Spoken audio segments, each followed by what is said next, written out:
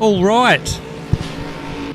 Welcome all to HOSS, where this week we are racing at the Barber Motorsports Park. B1 here, welcoming B2 back to the mic. How you doing, B2?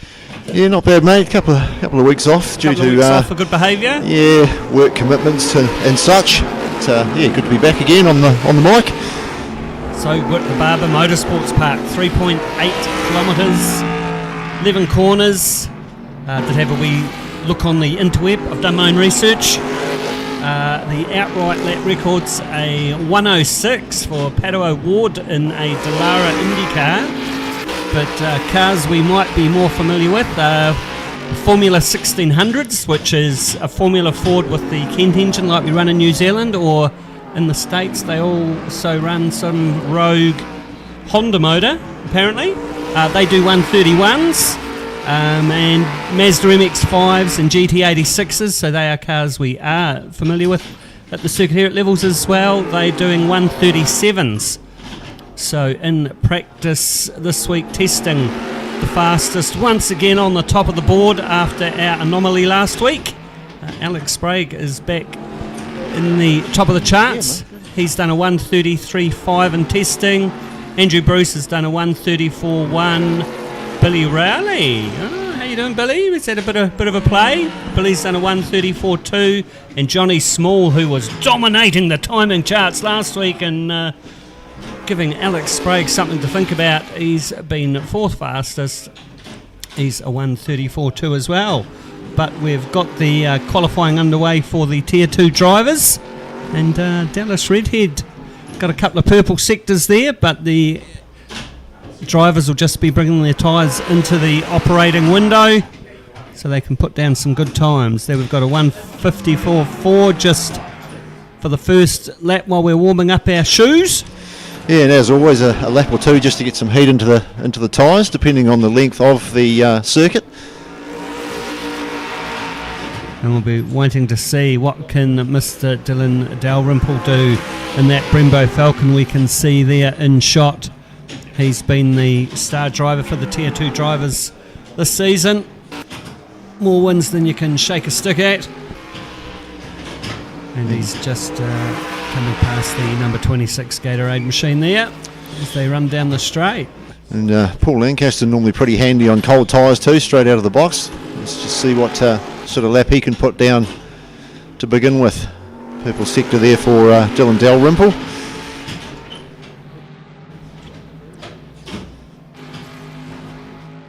So just over 5 minutes left to go in the session. Just having a look at Dylan Dalrymple there, getting a little bit wild out in the ripple strips in the Brembo Falcon.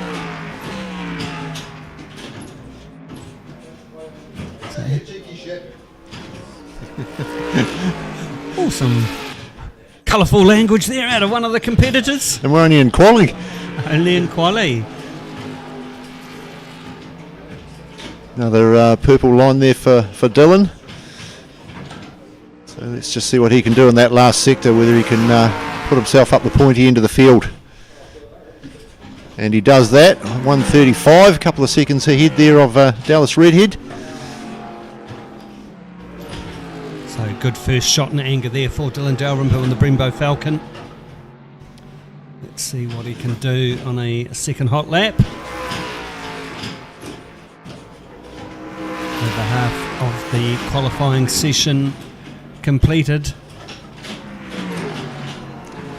Just looking at Adam Bell there in the Kmart livery Holden. Oh, James Swaney pointing in the wrong direction in the HOSS Falcon. Managed to get through okay, and we've got our young superstar back this week, Lincoln Brunton there in the Red Bull Holden. He had a good week last week at Phillip Island. So another purple sector again for Dylan up the front there. Already at the head of the class. Looking to extend that time a little further. Paul Lancaster up into third. As we talked about before, always very good on cold tyres. Oh, we've had a bit of a coming to there and an apology in the background.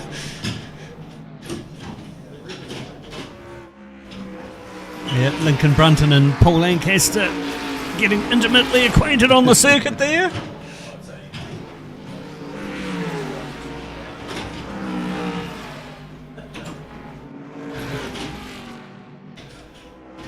And there is Paul Artu in the Valvoline machine.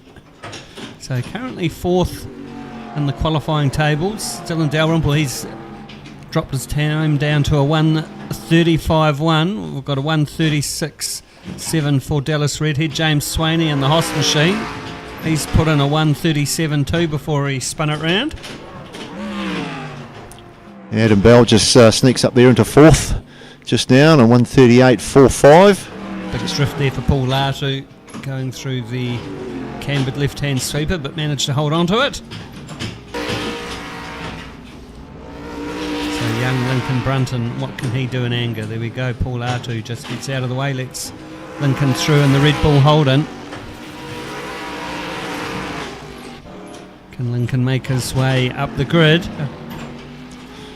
So another purple sector again for Dylan Dalrymple. So in practice, 1:38.5 for young Lincoln. In the Red Bull machine, that was James Swaney in the HOSS Ford Falcon. Oh, is it Kippy in it this week? Oh, just having a little bit of trouble keeping it in a straight line. Giving the groundsman something to do at the next weekend or during the week. I must say, did a very good job there of avoiding the sign writing hoardings. 1:34.8 for Mr. Dylan Dalrymple in the Brembo Falcon. Showing the other drivers the way to get round the circuit. Just over a minute left before we get the checkered flag to end the session. Although, of course, the drivers that are already on the lap they've started are able to finish. Can anyone else threaten Dylan Dalrymple? 1:34.8. 1.5 seconds faster than James Swaney. Yeah, James Swaney just improved on his time there in that last lap as well. So Dallas Redhead, he's third. Paul Lancaster puts the South Canterbury removals machine up to provisional fourth in the qualifying session. So we go James Swaney in the Irwin machine. Irwin Racing Holden.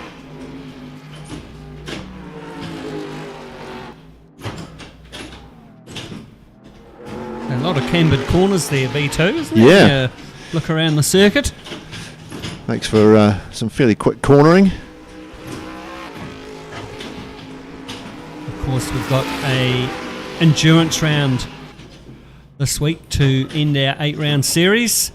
So there'll be 2 sprint races for the Tier 2s, and then there'll be a qualifying session for the Tier 1s. They'll have their 2 sprint races, and then we'll head into the Enduro round. But we've already got winners. Was it McPherson and is it Dylan Dalrymple? 3 wins so far in the Enduros, so they're going to take that trophy. Fastest second sector there for James Swaney. Currently in second fastest time. Although just been pushed back now by Dallas Redhead, who injects himself into that second spot. 1:36.2 in the Gatorade machine. Yeah, just another 0.1 of a second or so. So looking at Lincoln Brunton in the Red Bull Holden. He was provisionally 7th on a 1:42.1. There's Latu. Goes through 1:39.176, provisionally 6th. So in overtime now, as far as the qualifying goes, there might be a couple of guys just still fit to finish off a lap.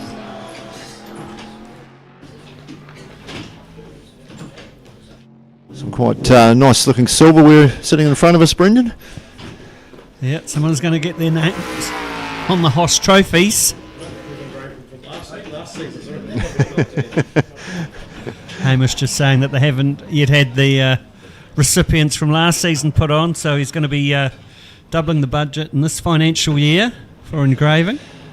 Anyway, getting ready for 8 laps Sprint race. Dylan Dalrymple, Dallas Redhead on the front row.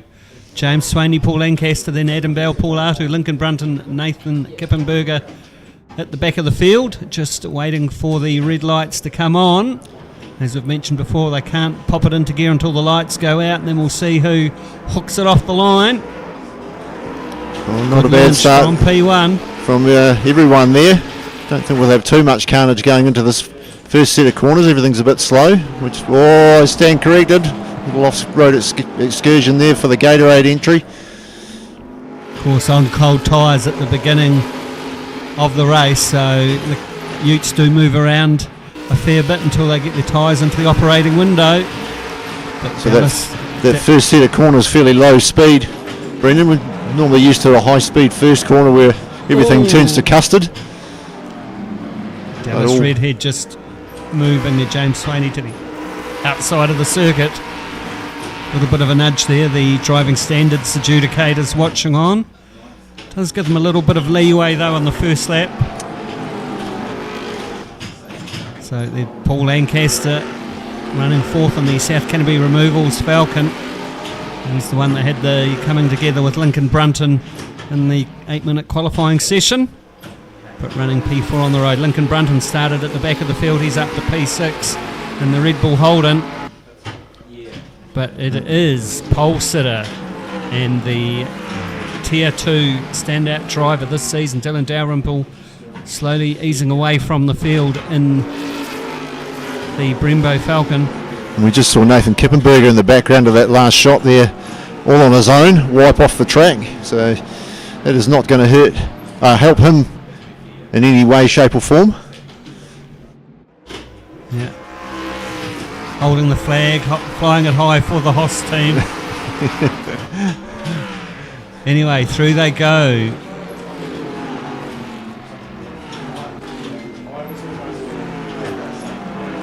So Dylan Dalrymple, it's a little bit weird. Lincoln Brunton just sitting on the inside of Adam Bell. No, can't pull off a manoeuvre there, but he's still riding with him. Into the braking zone. Can he pull anything off? Does the switcheroo, cuts to the inside. Just up the road there, Paul Lancaster on the South Canterbury Removals machine. But Dylan Dalrymple, Dallas Redhead, James Swaney. Watching the battle for 4th, 5th and 6th. Paul Lancaster, Adam Bell, Lincoln Brunton. So that spin there from Nathan Kippenberger, that dropped him off the back of the pack. Yeah, he's a long way back now. Saw him on the back of shot there earlier on. Good run onto the straight there from Lincoln Brunton. Oh, wee bit of contact there. In front though. He gets through on Adam Bell. Takes the position. That puts Lincoln up to P5. Adam Bell manages to gather it up. He's not giving it up too easily. Just had to break out of that one. Quite a tight line through that right-hander. Lincoln Brunton carrying a little bit more vehicle speed. Holds the position as they go through the start-finish straight. So Brunton now looking to get up onto the back of Paul Lancaster in the South Canterbury Removals entry. So Paul should be sharing that in the Enduro race a little bit later on with Shane Edgar. And just talking earlier on, the last Enduro we had, at least 3 of the vehicles didn't finish. Yeah. So they do need a little bit of mechanical sympathy. Yes, some blowing engines and blowing gearboxes and whatnot. So James Swaney there just sitting on the back of Dallas Redhead. He's got his eyes firmly set on the Cookie Monster and Elmo and wants that P2 position. Dylan Dalrymple now 3 seconds up the road from this battle. He's in the 136s. 137.1 for Dallas Redhead, 136.9 James Swaney. Taking a few liberties across the corner there was James Swaney. And some circuits that might be called Well, I don't know if it's not really exceeding track limits, is it? He's on the inside of the circuit, but it's all four wheels off the... Well, you're all four wheels on the grass.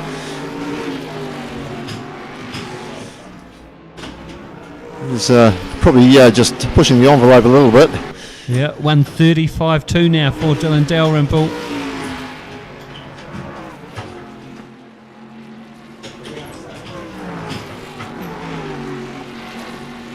So Lincoln Brunton driving away from Adam Bell there in the Kmart Holden.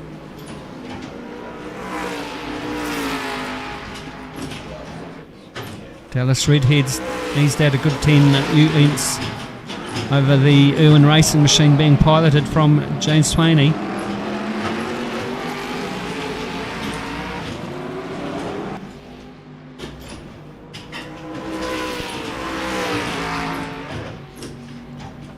Four laps in for the race leader. Well, it looks like Paul Lancaster might have had a wee bit of an incident there, Brendan. He's just dropped 3 spots in the last few seconds. So he's obviously, something's happened with him. And I thought that was, he was looking at making another off-track excursion, but manages to hang on to it. May have been unassisted. We didn't hear any bad language. No, we didn't. So that's Paul Artu, just using a little bit of the circuit more on the Valvoline Holden. That's Adam Bell. He's still got his front window full of Lincoln Brunton's Red Bull Holden. Meanwhile, Dylan Dalrymple, with no one on his case, he's got into the 134s, 134.7 for the Brembo Falcon. Commencing lap 5 as the race leader. Through the right-handed carousel corner there, nicely cambered as it is, Dallas Redhead in the Gatorade machine. Not really getting away from James Swaney, but they are letting Dylan Dalrymple drive away from the pack. He's now 6.5 seconds up the road from the battle for second. Yeah, Dallas Redhead just kind of holding his own, maybe extending that lead over Swaney a tiny bit, as you said. Swaney not really making too many inroads towards that position there.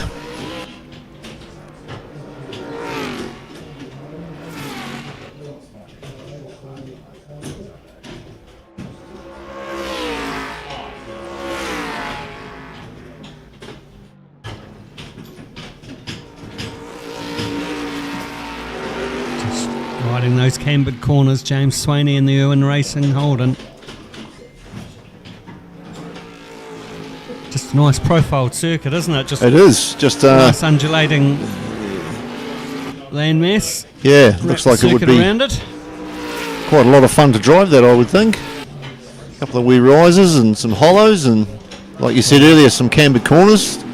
So there's Adam Bell Just looking at trying to get past Paul Lancaster. Who after that incident a lap or two ago has just struggled a little bit. yeah. So maybe, I don't know what the damage is set at tonight. Paul Lancaster. Got Adam Bell on his tail.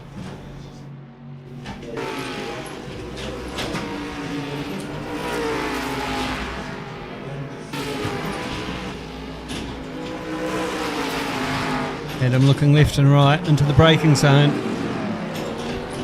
Paul just takes a nice tight line. Smoothly on the power. Keeps the Kmart machine beside him. Behind him. Oh. Yeah, mate. Cracking. Adam has a look down the inside. Paul's got the right line going through the tight right-hander. Adam has a wee look to the left. Trying to maintain good youth speed. Oh, Lancaster gets a little bit wobbly coming out of the right-hander. It's just going to cost him a bit of speed. Adam Bell right up on his tail again now. And speaking of tail and taily, Paul Lancaster pretending he's Mr. Drifter. Going to have to start wearing his baseball hat backwards. Pretending he's on the streets of Tokyo.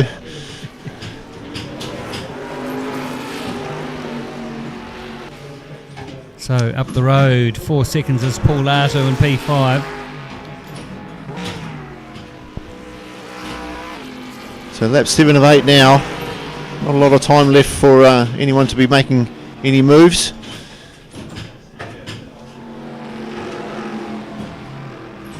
Just see in the back of the shot there is Lincoln Brunton and the Red Bull machine.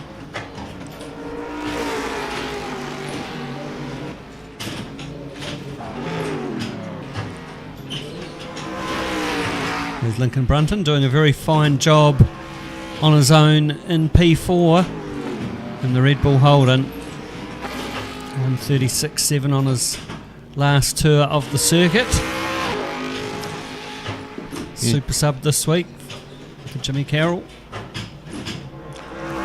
Here we are with James Swaney. He was sort of about 5.5 seconds up the road from Lincoln Brunton, who was in that previous shot. You can just see him in the background there.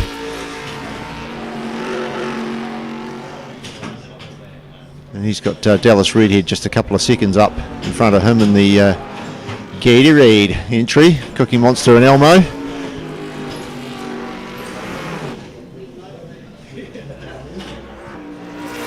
Keeping it tight. He starts lap 8. Going to put some good points in the bag for the Tier 2 Championship, Dallas Redhead, if he holds position.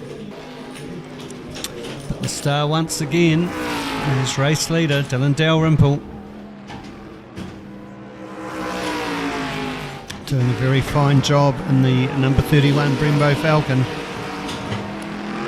as he has done all season. Yeah, he's made it look easy all season. You did right.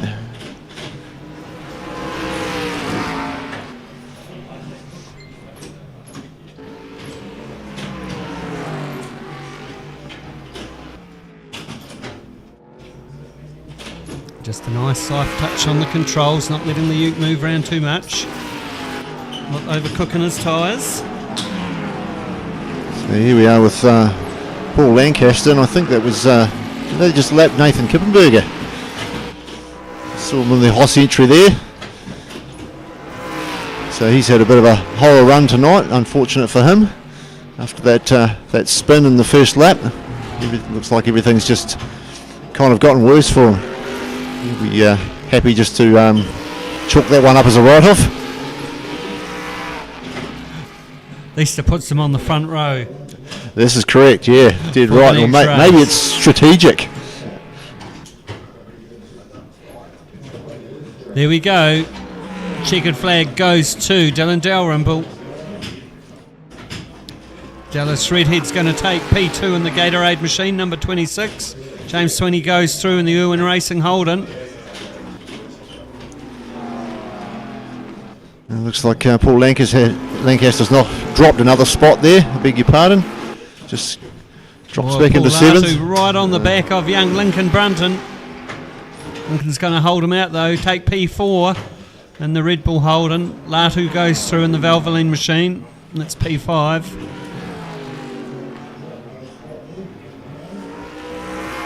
So it will be Adam Bell in P6 and just focusing on Paul Lancaster at the moment. He will come through in P7.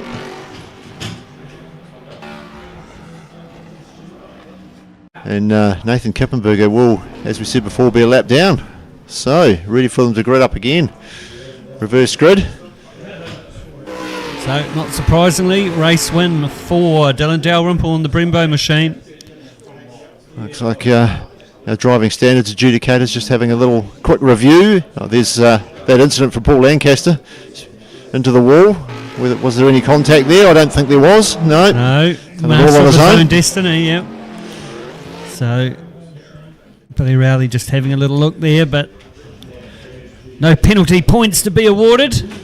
So on the front row will be Nathan Kippenberger, Paul Lancaster, then Adam Bell, Paul Latu, Lincoln Brunton, James Swaney, and the two front runners from race 1, Dallas Redhead, Dylan Dalrymple, will start at the back of the pack. Let's see if they can make their way forward. Paul Lancaster has done very well over previous weeks in the reverse grid races. Let's see if he can get a good launch, get away from the field. Lights are on, getting ready to pop it into gear, and away we go. Oh, something up with Paul Latu there. He doesn't get the Valvoline machine away very well. James Swaney goes around there. Well, there's a bit of contact there between the two of them. Bit of nudging.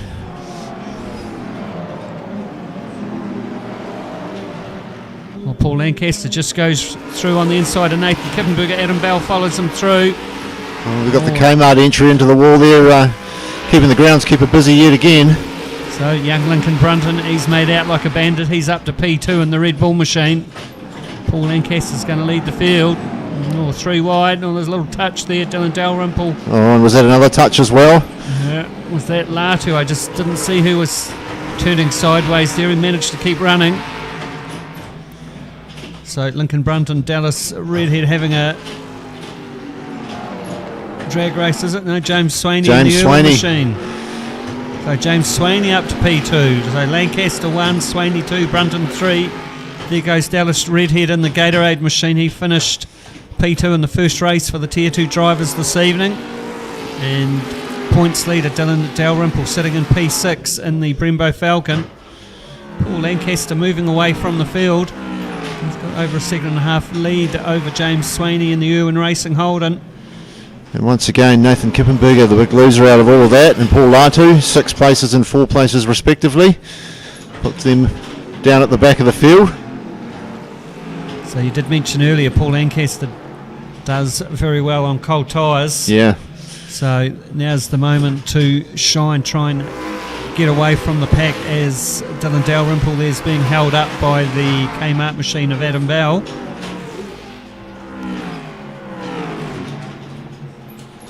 Just a wee drift there through the left-hander. Keeps the foot up it though, does Adam Bell. He's going a little bit wide, leaving the door open for Dylan Dalrymple. James Swaney there in pursuit of Paul Lancaster. Taking a very wide line through the left-hand hairpin. Yeah, right up on the back of him there now. Paul Lancaster had the fastest standing lap, the first lap there by almost a second. But as you said, James Swaney right up on his tail now, and Paul Lancaster getting a little taily there, which has just cost him a bit of time. Allows Swaney just to put his nose up the inside, and is on the right side of the circuit to be able to try and stick there. Looks like Lancaster's just going to reclaim that lead somewhat. Well, Paul Lancaster did have a 2.5 lead and in fact, on lap 1. Lincoln Brunton there just all over James Swaney all of a sudden. Take the pressure off Paul Lancaster in the South Canterbury removals machine. If Lincoln can try and slow James down. James having to take some avoiding action. Oh, he gets a little bit loose there coming off the left-hander. We lose a little bit of drive going along the start-finish straight. Lincoln's just sitting on the inside, trying to outbrake him through the left-hander. Oh, there's a bit of contact there. No harm, no foul. So Dylan Dalrymple there doing the fastest lap, but he's still back of the pack. Lincoln just trying to have a look down the inside of James Swaney in the Irwin Racing machine. Tries to do the crossover. Doesn't pull it off there. James gets a better drive out of the tight left-hander. And this has allowed Dallas Redhead and Dylan Dalrymple to sort of get up onto the back of this group. And it's also allowed Paul Lancaster to drive a 2.5 up the road again. Through the tight right-hander they go. So Brunton there once again using all the road. So Dylan Dalrymple started at the back of the pack, P8. He's now up to P4, making his way through the field. Next driver up the road that's a target for Dylan is young Lincoln Brunton in the Red Bull Holden.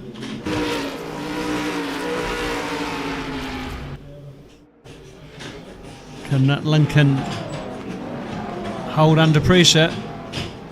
Oh, he has to brake a little bit harder than he expected. James Swaney must have had a moment in the Irwin racing machine that allows Lincoln to go through. Yeah, Dylan struggling though. That's taken a little bit of the pressure off Lincoln Brunton as far as Dylan Dalrymple goes. Yeah, that hurt James Swaney, that little braking manoeuvre there, kind of out-braked himself.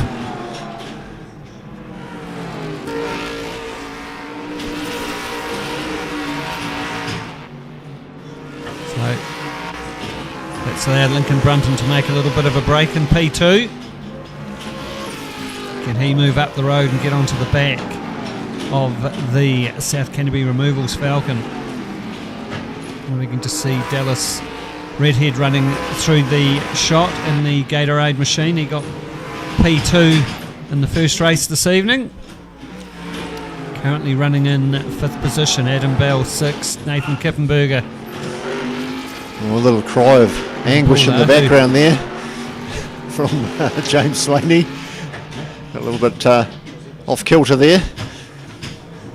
Yeah, of course, while this battle's going on, it's allowing young Lincoln Brunton to drive away from that battle. Can Lincoln close in on Paul Lancaster? On lap 4 of 8. Oh, Dylan Dalrymple gets a little bit loose, has to back out of it. That takes the pressure off James Swaney in the Irwin Racing Holden. And Paul Lancaster just extending that lead right now. It was sort of down in the low 2 seconds.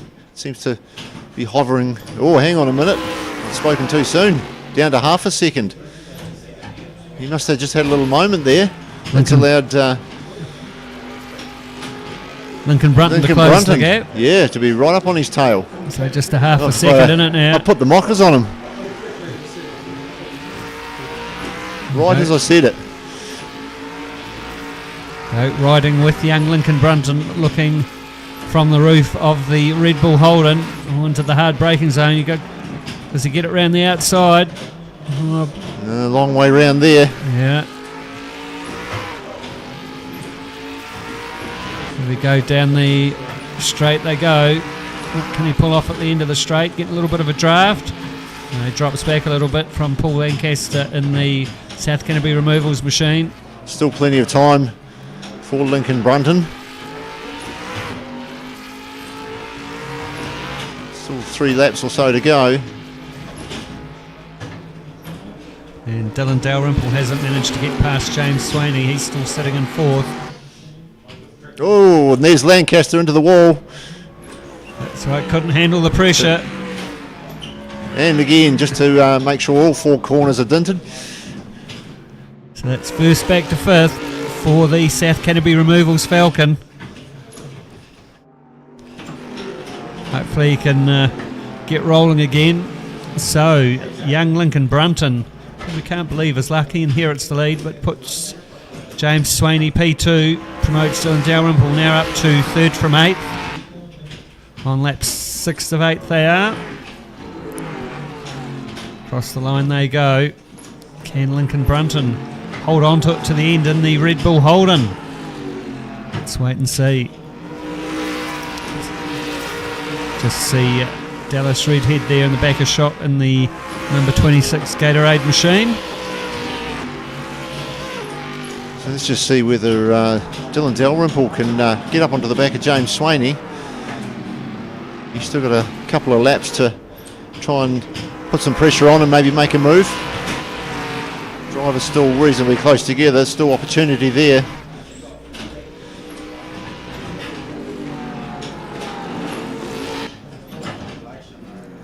So just a nasty little sort of a chicane there at the end of the straight, isn't it, before you go through the tight right-hander? And there is, and it's one of those sort of, as you were saying, because the track's undulating, you know, it's got the potential to kind of lighten up the back of the ute and just get a little bit out of shape. Yeah, it's a good crowd at the Barber Motorsports Park. Still haven't got the zoo like we had in the Czech Republic, though. In Czech Republic, yeah. Where all the partiers were. But Dylan Dalrymple, he's on the back of James Swaney's Irwin racing machine. Just wonder if James has a little bit of a issue getting through that corner. He just seems to lose a bit of vehicle speed compared to the other runners. Just might not have his lines quite right, but young Lincoln Brunton, he starts at lap 7, still in the lead in the Red Bull Racing. Holden Ute watching the battle for second and third. James Swaney, Dylan Dalrymple. Dalrymple now right up on his bumper. Let's just see what happens here. He'll just bide his time. Still a lap and a bit to go. Or a lap and a half. Just puts his nose down the inside through the left-hander. He's got to try and keep it there. Get that nose a little further up. So James Sweeney's going to have the inside line at the end of the straight when we go through that tricky little right-left before we go through the very tight right-hander. Now we're watching from Dallas Redhead Gatorade machine. Dylan Dalrymple pulls out alongside. James Swaney once again tucks back in behind as they go through the right-hander. Dylan Dalrymple has dropped back 4 or 5 ute lengths off James Swaney as they go through the dip, climb the hill. It hasn't taken long to get right back up on the bumper again though. He's pushing it fairly hard. Very tight line there up on the ripple strip for Dylan Dalrymple and the Brembo Falcon. As you can see there, the back just stepped out a little bit. So obviously, as I said before, going 10/10 to try and get up there, although he's now kind of fallen into the clutches there of Swaney. Dallas Redhead got a little bit excited off the circuit and the Gatorade machine gathers it up. There is the race leader looking at the back of the Red Bull Holden. There's the battle for second. James Swaney, Dylan Dalrymple. Dylan's having a look left, having a look right. Still all on. Final lap. Yeah, Dallas Redhead's not far off the party too, although Dallas gets a little bit out of shape there, hanging out the back of the Gatorade machine. Can these two put some pressure on young Lincoln Brunton? Through the tight right-hander they go once again. Nice cambered corner. Lincoln Brunton feeds in the power in the Red Bull Holden. Yeah, James Swaney just out-braking Dylan Dalrymple there. He was right up beside him. Dalrymple had to back out.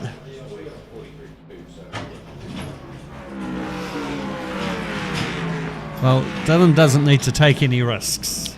No, He's just got sit there. Rather handy lead in the championship, but still he's a racer, isn't he? He is. So right up alongside Swaney now. So James just holding them out to dry. But Dylan's going to have the inside. Is he far enough ahead? Is there going to be Not contact this there? time. No. Manages to keep out of it. So race win is going to go to young Lincoln Brunton in the Red Bull Holden. James Swaney will go through second in the Irwin Racing Machine. Dylan Dalrymple, series leader, he's going to go through in third. Then Dallas Redhead in the Gatorade Machine. Adam Bell, he rolls through in the Kmart Holden. Early race leader Paul Lancaster, he's going to take out sixth in the South Canterbury Removals Falcon. Then Latu, and picking up the rear of the field will be Nathan Kippenberger in the HOSS Falcon. So what do you think, B2? Good result there for young Lincoln? It was, yeah. Well driven. Sort of helped with the Paul Lancaster ute spearing off the track all on his own. Handed him the lead. Just shows what a little bit of pressure can do. So that is the last sprint race for the season for the Tier 2 competitors. All trying to catch their breath. Yeah. So we have got Paul Lancaster standing beside me here. How was that one for you, Paul? It was all on my own, mate. I know, we were too busy talking watching you the up. mirrors. But yeah, no, that was good fun. Just starting to get the hang of the track. It was pretty technical. Had a good battle with Adam Bell there in the race one. As long as you're having a wee battle somewhere, that's all that matters. And he didn't hit me this time, which is all good. No. This must have been a good race out in front then, was it, Brendan? Was a good race out in front. Lincoln Brunton made the most of your misfortune, got through to the lead, and then James Spady and Dylan Dalrymple, they were having a battle for second and third, which took the pressure off Lincoln a little bit. Yeah, I could see the wee battle brewing between the three of them in the mirrors, and it did slow themselves up a wee bit until one of them managed to break free, and of course Lincoln Brunton got on the back of me, and we were a bit guilty of looking in the mirrors and not where I was going, got a wheel out in the grass. Yeah, that's all you need to do. And one mistake is all it takes, put you to the back of that pack. So now we will have the qualifying session for the Tier 1 competitors. That's right, Alex Sprague on screen in the 56, the current leader in the series, pretty unbeatable I think out in front. Johnny Small of course had a great weekend, a great week here last week, taking out the round honours. Wow, I was a little bit shocked walking in last week when Alex Sprague's name wasn't at the top of the timing charts for practice. Johnny Small just found Phillip Island to his liking, and some tracks suit some drivers and some don't suit others, and it certainly suited Johnny Small. Certainly did.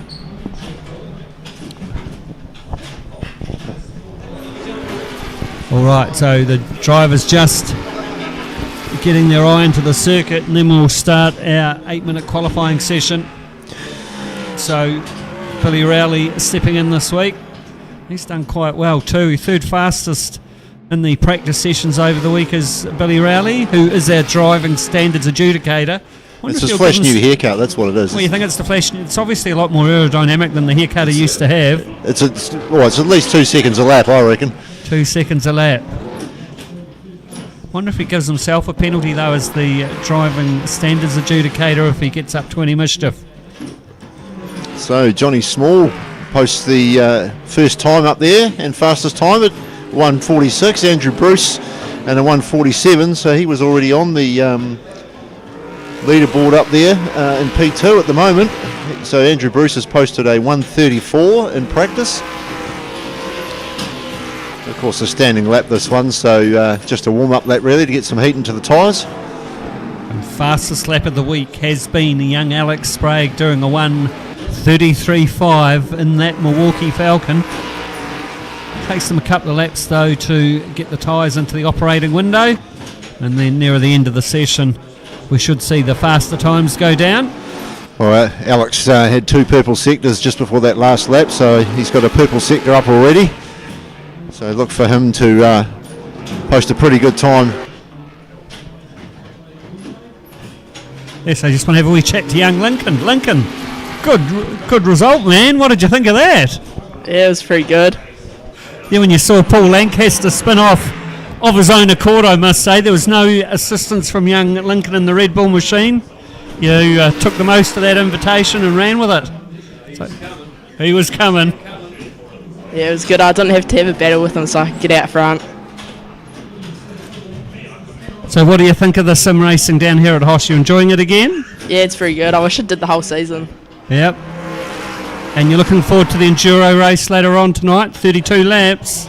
I don't know if I'll be able to last it. Don't really like being in this one for too long. Well, you've had a good result from your second race this evening. Hopefully you can carry that form into the enduro.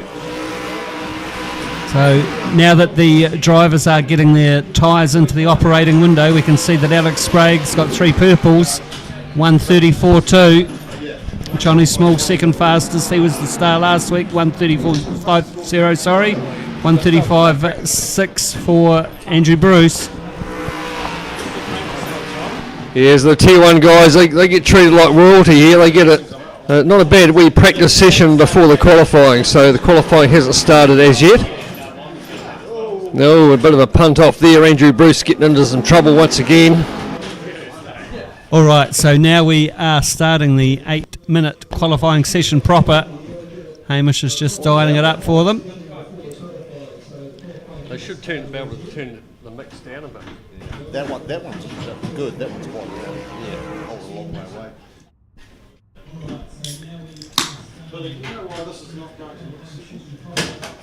So our computer guru is actually filling in tonight, Billy Rowley. Not too sure who he's actually filling in for. I think it's Billy Manson. So now we'll get qualifying underway, 8 minutes for Tier 1, the final round of the 8-round series here at Barber Motorsport Park, just outside Birmingham, Alabama. And an interesting story behind this track, Brendan. It was built by a dude who made lots of money, and he wanted somewhere close to his hometown where he could frequent, and so he decided to buy 880 acres and build himself a racetrack, and that's what his George Barber did back in 2003. And he was a big motorcycle fan, Brendan, and you'll find the biggest motorsport collection in the world is actually here at Barber Motorsport Park. 320 odd bikes, I think, are full time there, and have up to 500 some days. So he was very much a two-wheeler man, was George Barber. But nonetheless, the IndyCars are raced here since 2010, part of their calendar over there in the US of A. Yeah, the fastest lap time at the circuit is a 1:06 in an IndyCar. Correct. Seen some odd board shots actually on YouTube of Barber Motorsport Park in the IndyCar. A very, very busy track, and lots of ups and downs, relying on that downforce that those single-seaters have. Not like these things here, they'll slide around a bit, they'll get quite light over the top of those hills. They've got a nice cambered corners, Paul. We were, yeah, not too in bad. the Yeah, you races. just got to. Some of them are quite blind, so you really got to sort of throw it in. Hopefully you're not far off the mark when you get over the top of the hill. So the first lap times are down, 1:48.0 from Johnny Small. We'll obviously see them come down. That's an out lap. And the HOSS machine there, tucked in behind the Gatorade machine of Morgan Dorr. It's Billy Rowley in there tonight. Morgan Dorr there. Had a strong round, I think it was last week, or maybe the week before. A couple of third placings. And it's come on strong towards the end of the season. 15 there, Braden Carroll, the reigning Tier 2 champion from last season. Made the step up to Tier 1s this year, sitting second in the championship. Hasn't got a rat's ass chance of catching Alex Sprague though.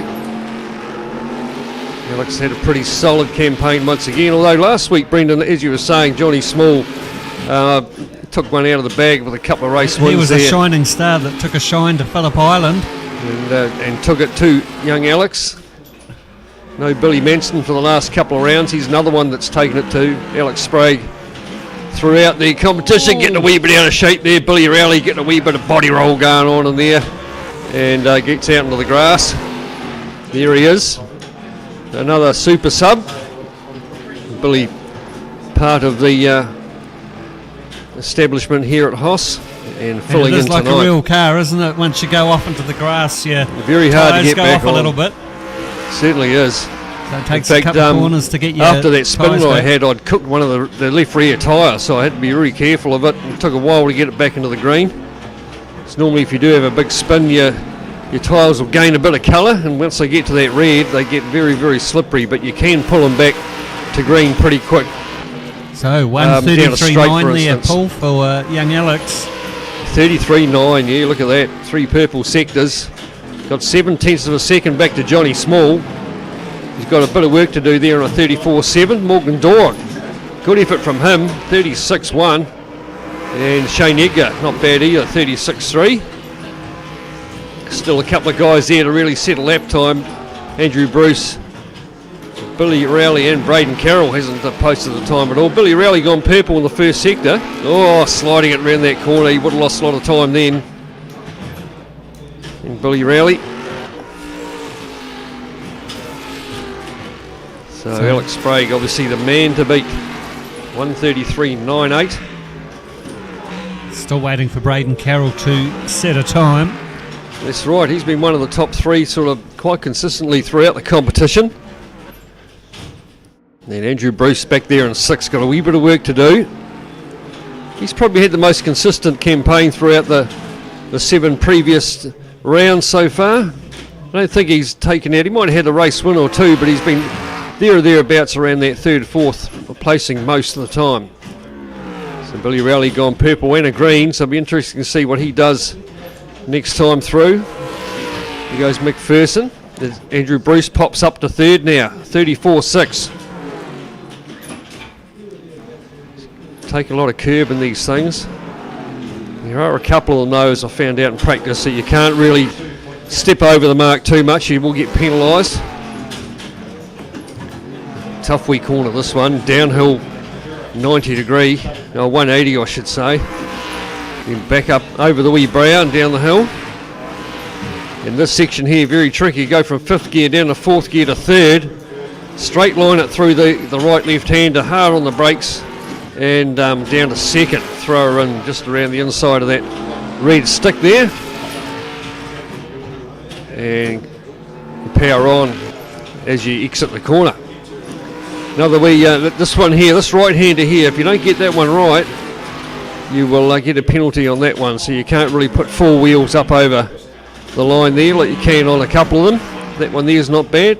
This corner here, very important to get that nice and tight as you start climbing up over the hill, because you've got a blind brow there, and over to the left hand side, if you're not tight enough, you'll get out in the grass, and that's what I did a couple of times.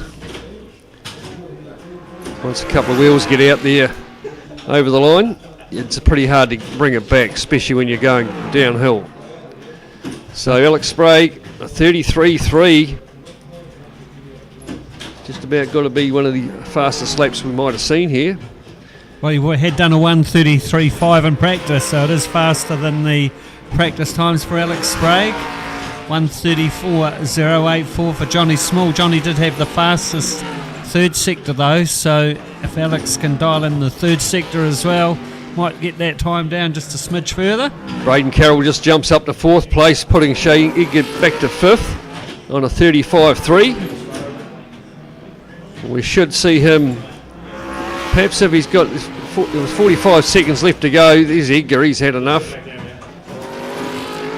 With 45 seconds left on the clock. Here's Alex Sprague, pretty safe out there at the moment by 0.7 of a second. Back to Johnny Small.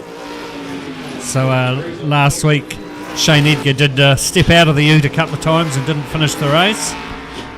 Blew a mental head gasket, as he said, a couple of races.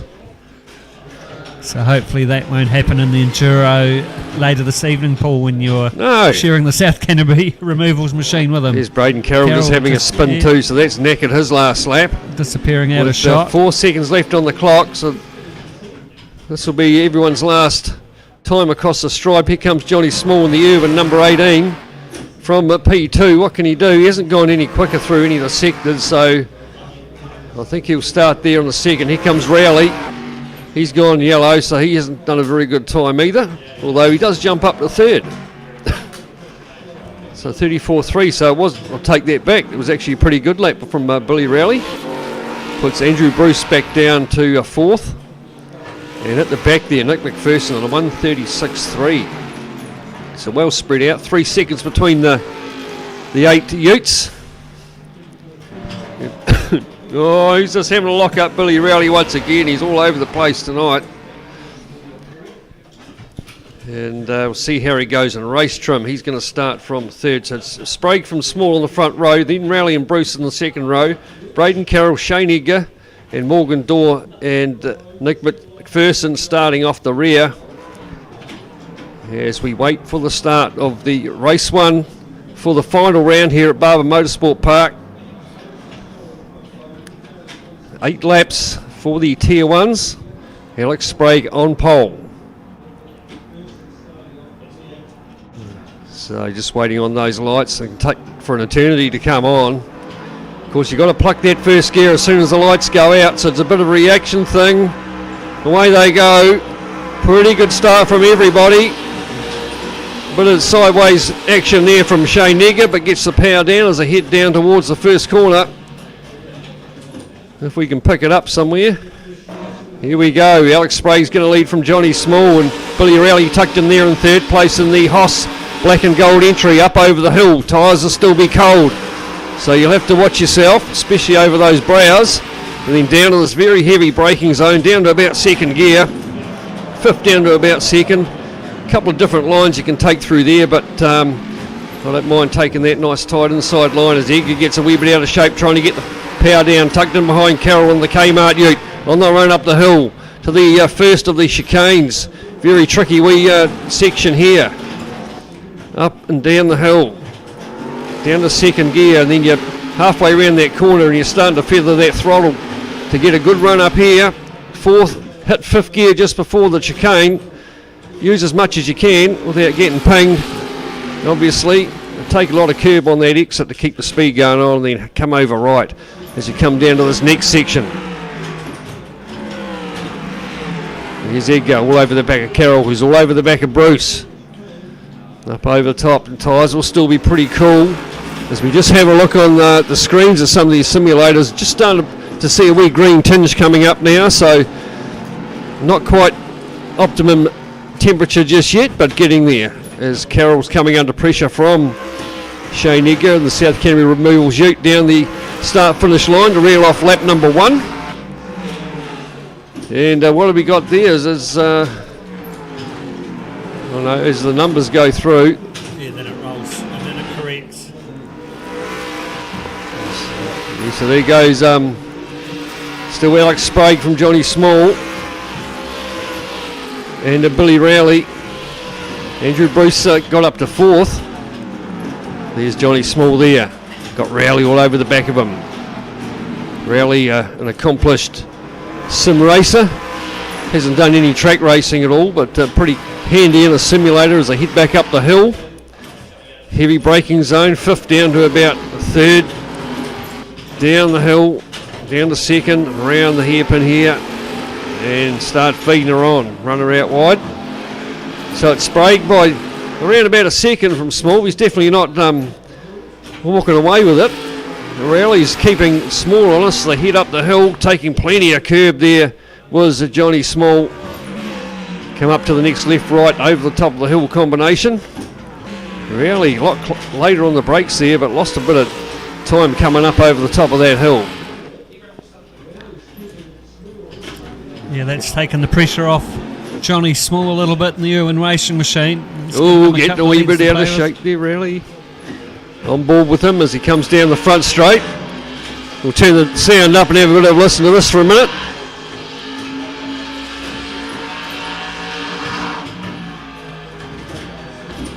Nice. Down a cog there for Billy Rowley in the HOSS Falcon as he's chasing down Johnny Small, just looking up the road there to the Irwin racing machine. And then we've got Alex Sprague leading the field as he's done most of the season in the Milwaukee Falcon. On board with Billy Rowley, the dulcet tones of the Chev V8. I think you might find his as a blue oval, Paul. Oh, blue oval, yeah. He's gone purple in the first sector too, Billy Rowley. So he's trying pretty hard there on the HOSS machine. Tyres not nice and up to temperature now. Keeping Johnny Small on us, that's for real. So 2 seconds now the gap, first to second. So these three are moving away from the rest of the field. You can see nearly 3 seconds back to Andrew Bruce in the Jim Beam bonded machine. Shane Edgar's had a moment there somewhere. He's dropped back to the back of the pack again. Was running about 6th. So he's got a bit of work to catch up with Nick McPherson there in 7th. Still Sprague though. Oh, wee sideways moment there for Billy Rowley. So Alex Sprague not driving away from the rest of the field as he's done in previous rounds. No, the time's just come back to 1.5 seconds, so Small's gained half a second there in that last half a lap. Just starting to drop Rowley off a little bit. Nice wee slide coming down the hill there in the Irwin V8 Ute, they're holding. Of course, we've seen Johnny running the HOSS livery for most of the championship. tonight running the Irwin Racing logos as they head back up the straight again. So all 3 cars in the shot. Just about stretched her out to 2 seconds again, Alex Sprague. Oh, nice wee slide going on from Billy Rowley. I don't know if it's the fastest way around, Brendan, but looks pretty good. I think McPherson's got himself up to 6th, so Morgan Dorr must have had a moment there. He's fallen down in between himself and Shane Edgar. And there in the background, that lonely 4th position, Andrew Bruce. He's getting quite used to that, around the 3rd or 4th place. And Braden Carroll, he's trying hard. He hasn't had the race he probably wished he'd hoped for. And there's Rowley. Still only a second between himself and Johnny Small. Just waiting for a mistake from Small. It's about what he's going to have to wait for. Oh, Billy Rowley does have a very tail-happy driving style there, Paul, so he is at risk of overheating his rear tyres, which should make his performance drop off later on. Dead right, Brendan.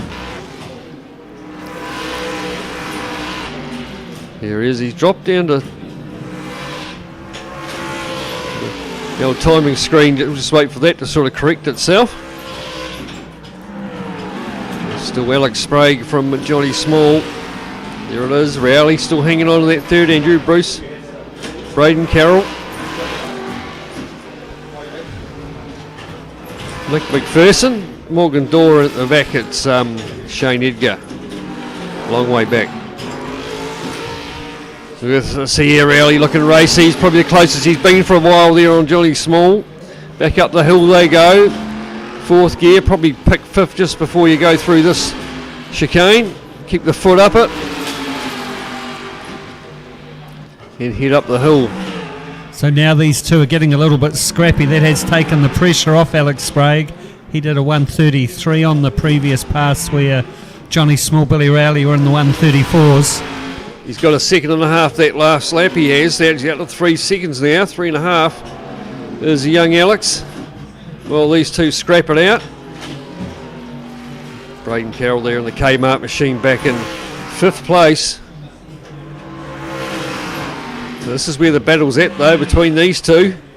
Johnny Small, Rowley's nice and close this time as they come down through the turn 1, turn 2 complex. Oh, not far off, giving them a wee tap.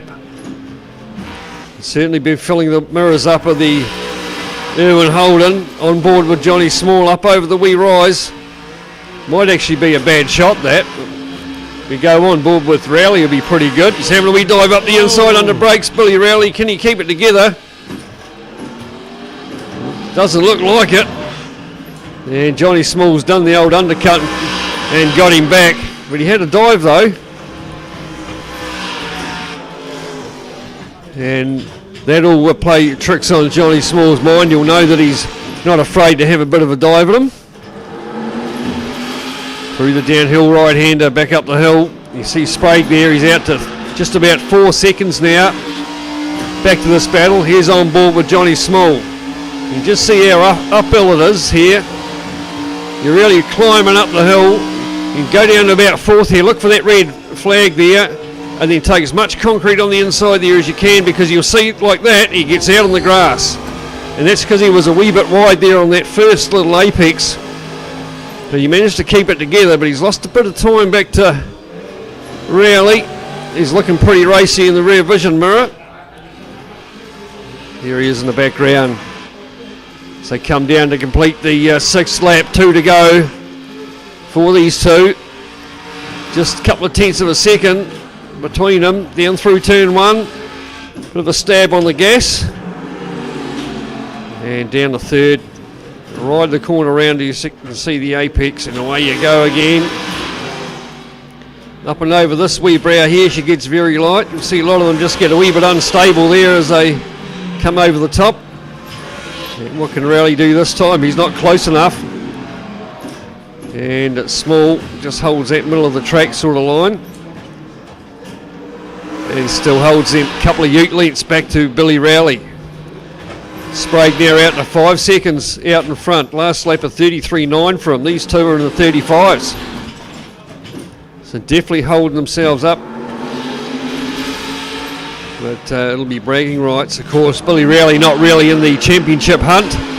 He's been a super sub in the Tier 1 for a couple of rounds. Johnny Small obviously will be hoping that he doesn't get punted off in the back there, because not far in the background is Andrew Bruce in the Jim Beam machine up over the hill. You see Rowley a wee bit quicker through here, putting the pressure on again as they come through the right hand sweeper, and then back into the second gear right hander, and then get a good run out of here onto the front straight. And you just see the two different lines between those two Utes, and Johnny Small, being the racer he is, takes a bit better line there and puts a couple of Ute lengths back between himself and Rowley. Here's Andrew Bruce, Jim Beam bonded machine, pretty wide through there from that fourth place, I think he is.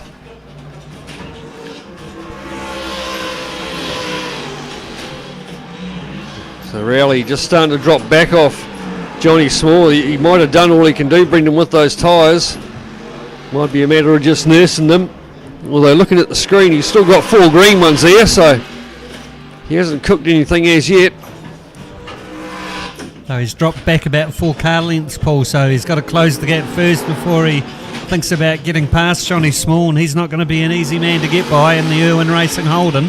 It's been a good drive from Johnny Small. He hasn't flinched really. Had a couple of dive bombs there from Billy Rowley, and he's put up with the pressure. Oh, Rowley getting a wee bit sideways, coming up over the top there. Keeps the foot on it though and holds on to it. He's our race leader, Alex Sprague, in the Milwaukee number 56. Not far off, coming around to take that checkered flag. On board with him. Here he comes down the front straight. He's going to take the race win. Young Alex. And in the background, you'll see Johnny Small still hanging on to that second place. In the Irwin number 18, here he goes. And good points for him. Rowley will come through. Good drive from him, third. And Andrew Bruce, good points there for fourth. And Braden Carroll, fifth place. Nick McPherson there in sixth. Bit of a lonely drive for those guys at the back. And then Morgan Dorr puts her in the wall. Does Nick McPherson. And Shane Edgar rounds out the 8 there for race 1. Status quo, Brendan. Status quo, but very exciting battle there between the super sub Billy Rowley and Johnny Small. Had a couple of good goes at trying to get past Johnny in the Irwin Racing Holden, but couldn't pull it off. So it's Shane Edgar on pole. Morgan Dorr beside him. Nick McPherson, Braden Carroll on the second row. This will be a good race for Braden Carroll to win off from that second row. Then it's Andrew Bruce, Rowley, Johnny Small and Alex Sprague off the rear. Just waiting for those 6 lights. Another 8 laps for the Tier 1 here at round 8 at Barber Motorsport Park. And we're off, and Shane Edgar slow to get away. In fact, he missed it by about a second or two, but gets it away in the end. And have the inside run into that to right-hander, so he'll lose a spot to Morgan Dorr, who's made hay while Edgar was not in the sun. And it's going to be Dorr leads him up over the top of the hill. Braden Carroll up to third place already. Andrew Bruce, and he was side by side with Nick McPherson. McPherson was up the inside though, 3 wide there as Johnny Small splitting them into the hairpin. Round through here, cold tyres, everyone pretty ginger, and slowing down. They don't want to hit anybody or get a penalty. And then they're running back up the hill. Here comes Edgar having a wee look up the inside as they head into the right-left downhill combination. And he might get that spot back as Morgan Dorr comes across, gives him a bit of biff on the side. And he goes through to Edgar. From Dorr. And then Carroll, Johnny Small. So she's going to be all on shortly. Shane Edgar, can he handle that pressure out in front? Up and over the top of the hill for the first time. Tyres still be cold. Got 3 or 4 Ute lengths back to Morgan Dorr, who's coming under all sorts of pressure from Johnny Small and Braden Carroll, still side by side going over the top of the hill there, and that was going to end in tears for Johnny Small. Billy Rowley it was, and around they went. Braden Carroll got caught up with that as well, and bad luck there for Billy Rowley. There's only one line really through the top of the hill there, and that wasn't the line of take that he was on. So it might be a penalty in there for someone. No doubt it'll be looked at after the race. There goes Bruce. He's sitting there in 5th at the moment.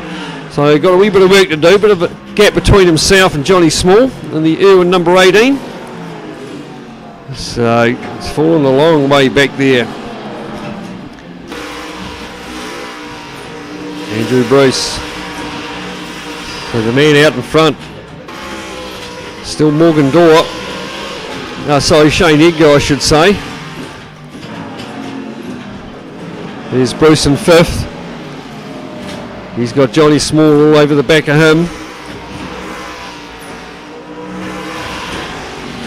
That's Rowley. Keep getting those HOSS liveries mixed up, Brendan. Having a wee look up the inside there, Billy Rowley goes through in the HOSS machine on Andrew Bruce. It's a wee bit out of shape though on the exit. Here goes Alex Sprague making a move on Dorr. Looks like Dorr might have had a slow exit of that corner onto the straight. And Alex Sprague goes through up to 2nd now. And now Dorr coming under all sorts of pressure from Johnny Small in the Irwin, number 18.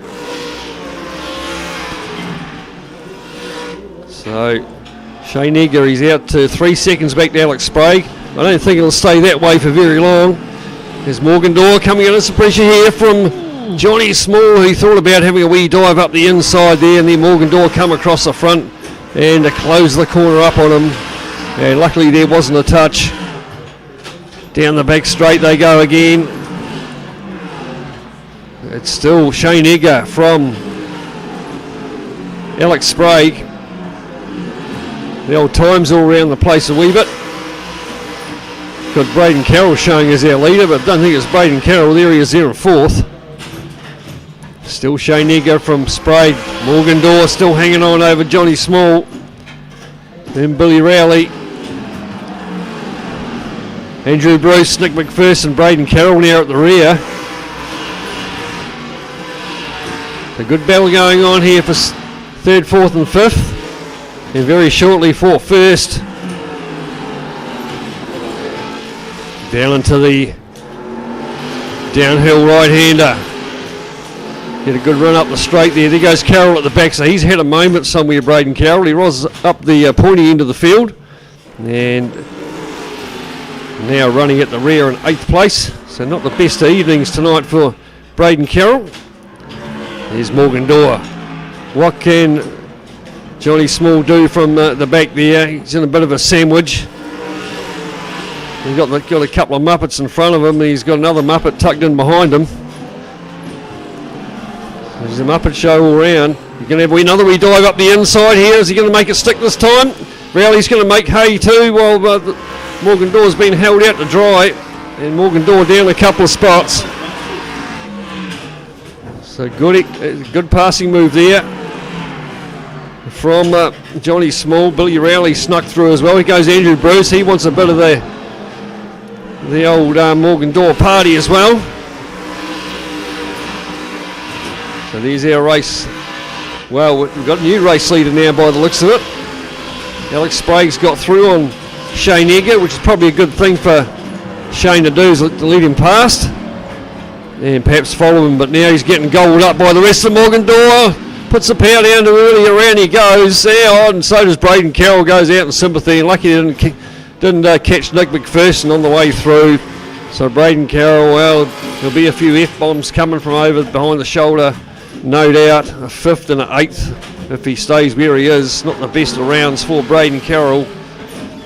But there goes Sprague just going over the top of the hill. He's still hanging on to 2nd. But here comes Johnny Small and Billy Rowley going line astern. Then you got old Andrew Bruce. Not much for them to whinge about tonight. Everyone's been pretty good. Oh, getting out of shape, Johnny Small. That's allowed Rowley to sniff up the inside. Going through the right-hander, an upper spot goes Rowley. As Johnny Small got out of shape coming over the top of the hill. He's going to come back at him again, though, up the inside, is he? Hopefully they don't have a touch together. We know Johnny's a fair racer.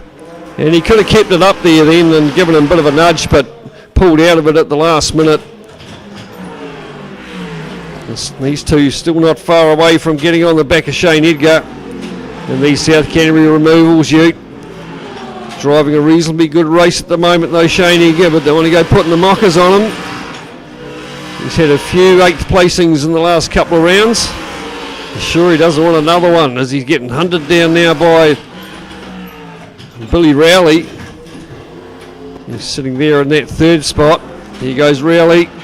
He's having a wee look. Edgar will be looking in those mirrors. And hopefully the old hand grenade doesn't go out the window when it comes down the braking zone. Through this wee right-left downhill combination. And you'll see Johnny Small tucked in the background there too in the Urban Falcon. But pretty tidy from Edgar. Looking back from the South Canterbury removals Ute through this far section here, lots of curb. And looking pretty racy. Oh, gets out in the grass, does Shane Edgar. Here goes Rowley. Should have the run on him as a head up towards the... Oh, now Rowley's out of shape and into the grass too. I'm not too sure whether he might have been pushed out and then off Edgar. And lost momentum, the two of them. Edgar hangs on to the 2nd place. Johnny Small gets through to 3rd. And Rowley goes down to 4th. And Andrew Bruce starting to get on the back of this pack as well. With still 2.5 laps to go. So Edgar's still 2nd. Small now 3rd. Rowley going with him. Bruce will try and hang in there tough as well in the Jim Beam Falcon. Down through turn 1. Into the turn 2, turn 3 complex. Downhill. And while all that's been going on, Alex Sprague's managed to put in a 1:33.0 in the Milwaukee Falcon. He's really on song again tonight, young Alex Sprague. Shane Edgar's last lap at 36. So he pulled out 3 seconds just in that last lap, did Alex Sprague. From Shane Edgar, just a second back to Johnny Small. Half a second back to Rowley. And then another second down to Andrew Bruce. Here they go, down into the right-hander hairpin. Johnny Small starting to look a wee bit closer this time as he head up the hill.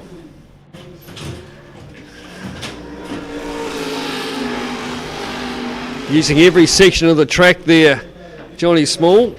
As they head up through the left-right over the top combination here.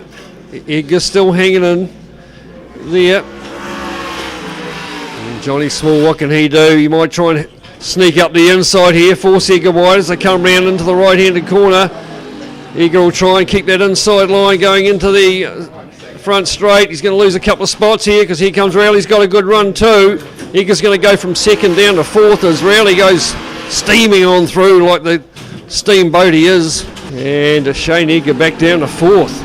Just about in the clutches of Andrew Bruce. So I don't know if Johnny Small's going to have enough time to make up 9 seconds to Alex Sprague. In fact, I know he's not going to have enough time. Just a couple of laps left to go. And now what can Andrew Bruce do? Can he nab some more points and try and get through on that South Canterbury removals Ford Falcon? Centre's fastest sector of the race there was Andrew Bruce. Here's Morgan Dorr down to 7th after running reasonably strong earlier on in the race. Oh, there we go. The old pin's just about half out as he comes round. Sitting in 5th place, he'll try and hang on to that. Nick McPherson and Morgan Dorr are going to have a go at him as they go up the hill as well. With a lap and a bit left to go. Braden Carroll still at the rear of the field there in 8th. Really not his night there in the Kmart Holden. Still Alex Sprague out in front. Johnny Small, another good run for him in 2nd. There he is. Still got Rowley tucked in behind though. But really not close enough to force any sort of move as they come down to get the last lap board, these two.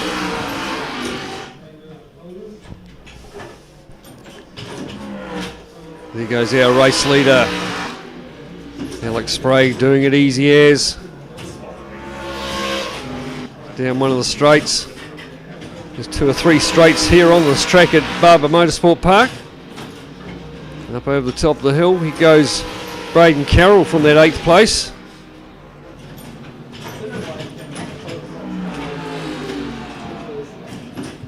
So really is just circulating to get those last points paying position. There's Rowley still not too far behind.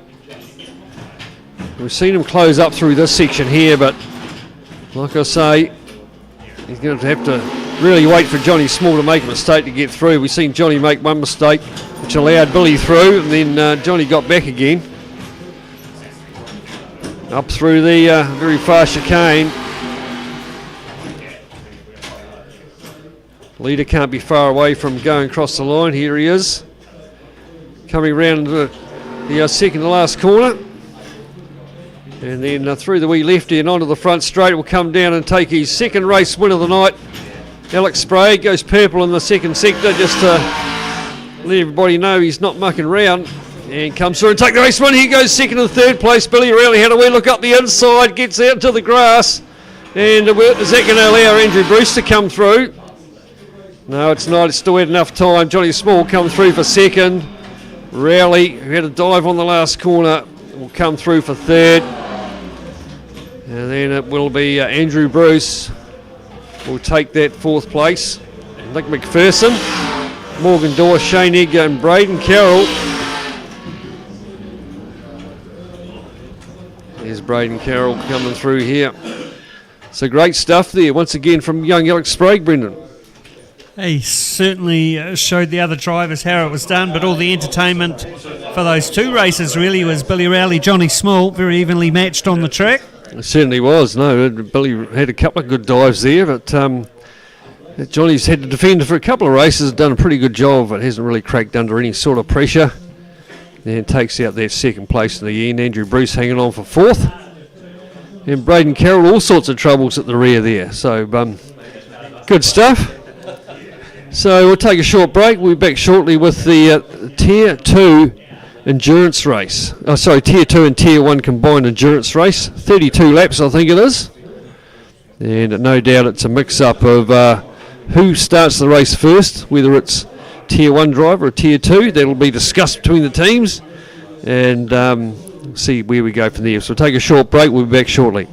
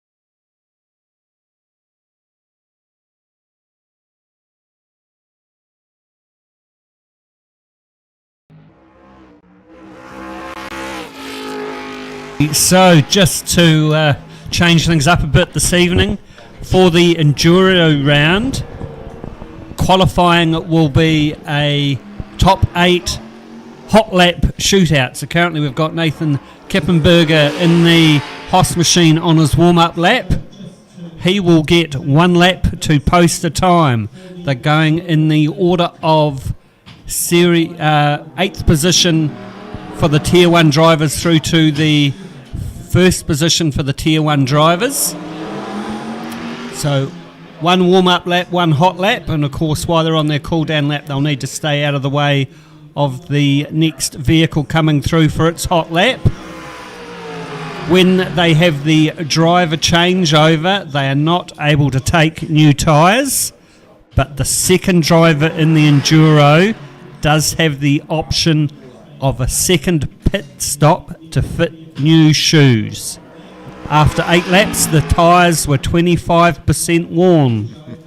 Doing a little bit of maths, that means you should get to 32 laps. Right on the They button. might be on ice skates at the end of 32 laps. Yeah. So the second drivers have the option of either nursing the tyres to try and get to the end of the 30 lap race, or they can push a little bit harder and pit for some new shoes. So that's going to be a bit of a strategy thing too. Who's going to be the best on the worn tyres as well, versus who might be the fastest on the new tyres, or best or more capable. And should also say the driver that qualifies the Ute Must has start. to be, yes, they have to start the Enduro. So Nathan Kippenberger first out in the HOSS machine, putting in his qualifying lap. He will have to start the race. So not surprisingly, purple first sector for the first driver out there, Nathan Kippenberger in the HOSS Falcon. Of course, they've only had 1 lap to get a little bit of temperature into the tyres, so we won't be expecting to see the 133s, 134s we'd been seeing earlier this evening. And of course, as we always say, it's a solid lap or 2 to actually get the heat into those tyres. So that lap is probably only just going to be a little bit of warmth coming into the tyres, although everyone will be in the same boat.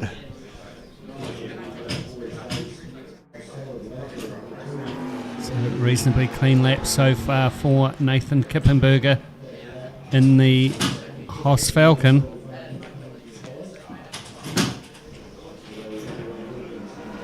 So we do have Here we go, across the start finish stripe. It's a 1:41.7. so we do have Shane Edgar on his out lap as well at the same time. So Shane Edgar's going to be qualifying the South Canterbury Removals Ford Falcon Ute. So him and Paul Lancaster have obviously tossed a coin to see who goes first. Oh, we do know that Paul Lancaster does very well on cold tyres, so strategic decision there to put Shane Edgar in the Ute first, get him to qualify it. Yeah, and they may opt to take that tyre change later on in the race when Paul was in the driver's seat.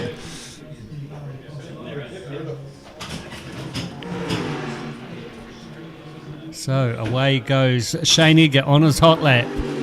A 1:41.7 to beat, posted by Nathan Kippenberger in the HOSS Falcon. Up the hill he goes.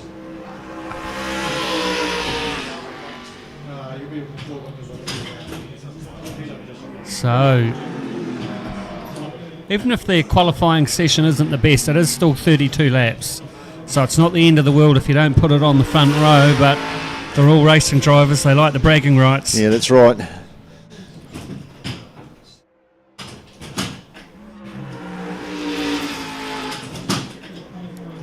So through the wee chicane, tight right-hander downhill.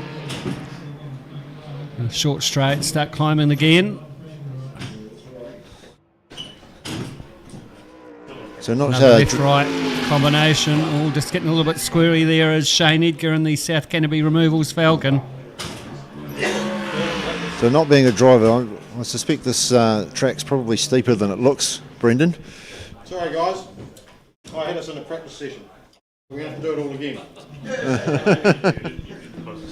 So that was unfortunately a practice session. A little bit of technical difficulties. So we're going to have to reset and put it into a qualifying session. You were doing so well too, Shane. I thought you were going to put it on pole with that effort. Sorry, my fault. It was the best lap ever. Crash corner. So we'll be seeing Nathan Kippenberger hop back in the HOSS machine. So what was there, 141.7? 141, yep. So let's see if Nathan can go a little bit quicker. Now he knows what is required. Have to get the HOSS machine back out on the circuit, warm up lap, put a bit of temperature in his shoes. We've got some predictions going on in the background. Yeah. Well, yeah, twice the qualifying time I did. So as we've said, the qualifying driver that does have to start the race. No tyre change when there's a driver changeover, but the second driver can elect to take an extra pit stop to put on some new shoes. So do you try and pace yourself and get your tyres to the end of 32 laps, or do you go like hell and try and fit a new set?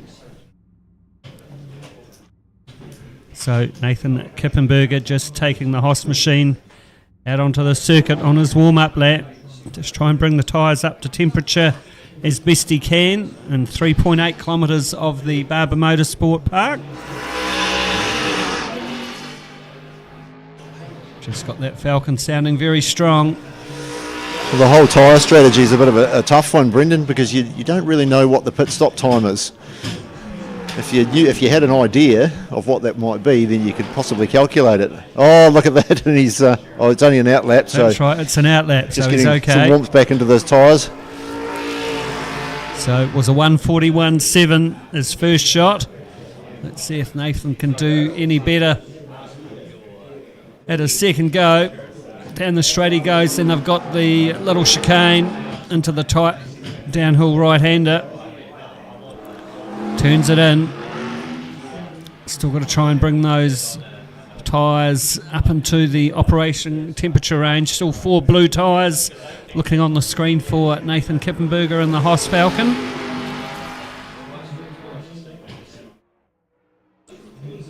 So he's not weaving to try and put temperature into the tyres. We have noticed Alex Sprague doing that in some of the earlier rounds before he goes out for his qualifying session.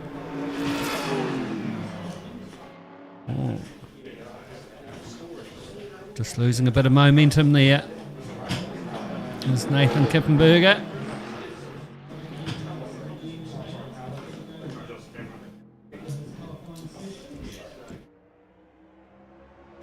All right, coming up to the start-finish line now. Nathan Kippenberger. His time will start.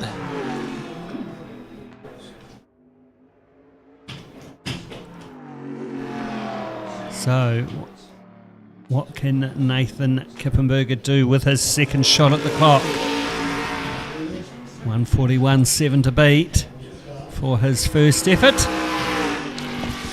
Does he do better on his second crack at the qualifying session? So we can see the right-hand tyres Bit on cold the still. unit now. No, They're blue now, aren't they? They're blue. Yeah.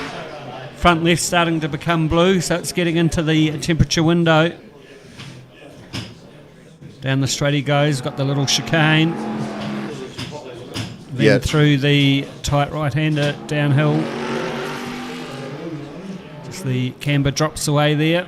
And then they start climbing again. Another left-right combination for Nathan Kippenberger and the HOSS Falcon.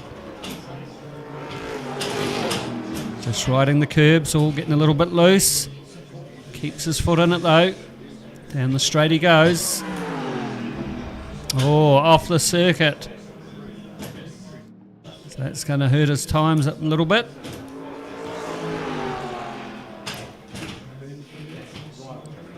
It's still getting a little bit squirrely though. Just coming around those last couple of corners, right-hander, then a left-hand, long sweeping left-hander to head down towards the start-finish line. Can he better that 1:41.7?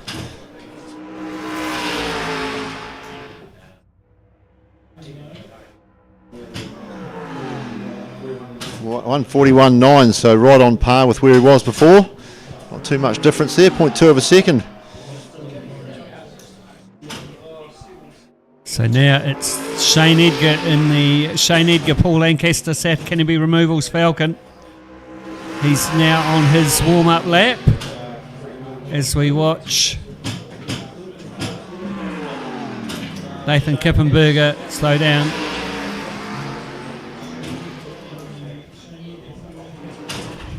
So there we go. Shane Edgar just goes across the stripe, start his hot lap in the South Canterbury Removals Falcon. A 1:49 to beat.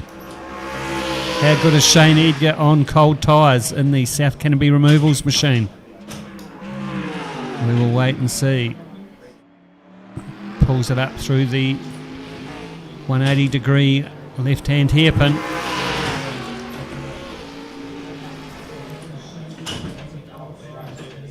Coming up to the little chicane. Then he's going to drop downhill through the right-hander. Round the pole he goes. Starts climbing the hill once again. Pretty much a 180-degree double turn there. It's around the little left-hand, right-hand kink. So purple first sector to Shane Edgar. So on track for a good time. Nice and smooth through there. You can just see the weight come off the right-hand side of the ute as he goes up over that crest.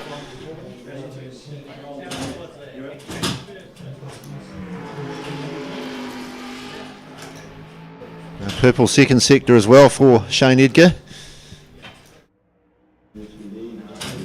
So far, so good. So just coming up to the start-finish line. 1:35.8.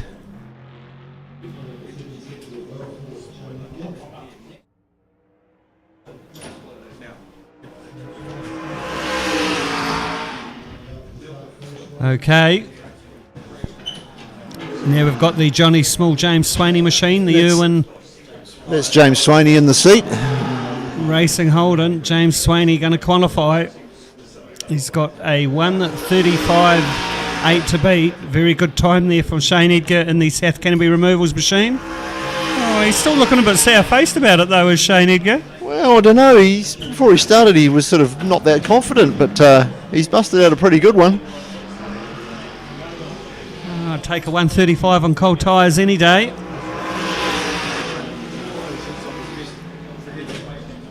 Yeah, only 4/10 off his best time in practice. And of course, in practice he's had a lot of time just to get his tyres into the operating window. Get into that rhythm. So James Swaney in the number 18 Irwin Racing Holden. He's got a 1:35.8 to beat for our top 8 shootout this evening. So green first sector there for James.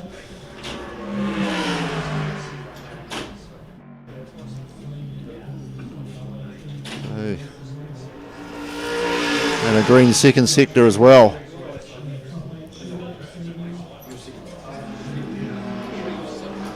So a couple of corners left for James to negotiate his way around as he comes around the left-hander onto the front straight, across the start-finish line. Let's see what sort of time he can peel off. And not a bad one in the end, a 1:36.4. So second fastest so far for James Swaney, sharing the ute with Johnny Small. So we've got Dallas Redhead in the driver's seat this time around. So he's going to qualify the number 26 Gatorade machine. What can Dallas Redhead do?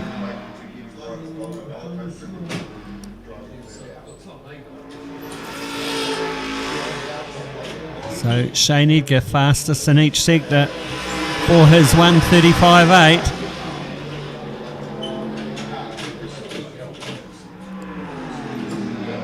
to the downhill left-hand 180-degree hairpin.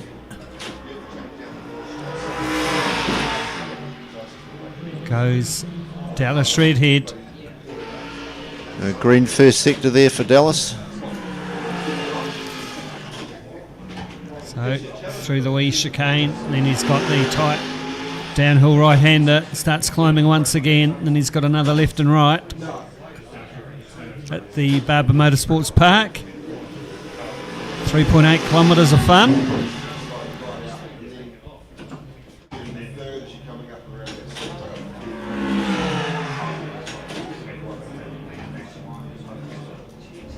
Right through that tricky dip, keeps it tidy. Maintaining good ute speed is Dallas Redhead in the number 26 Gatorade Falcon. Comes through the big left-hander. So they've all been pretty tidy laps so far, Brendan. They have. What's he going to do? A 1:35.8. Well, that'll be a 1:37.6 for Redhead Final there. result. Yep, final result. So puts himself up into third, just ahead of Nathan Kippenberger and Billy Rowley. So next on track, we've got Dylan Dalrymple. So Dylan Dalrymple is sharing the machine with Nicholas McPherson. So Dylan's been the star driver in the Tier 2 field. So he's got a purple sector there in his warm-up lap, that third sector. So look for this one to be a hot lap.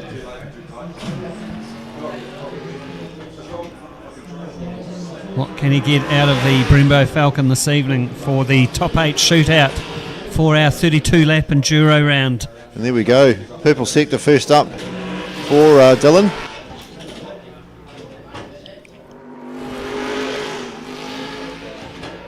Having a little bit of a battle with the steering wheel there, going through the downhill right-hander. So Dylan Dalrymple on the edge in the qualifying session. Top 8 shootout.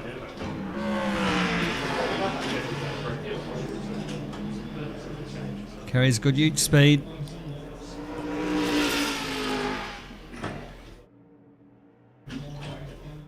Through the big right-hand sweeper, just riding the apex.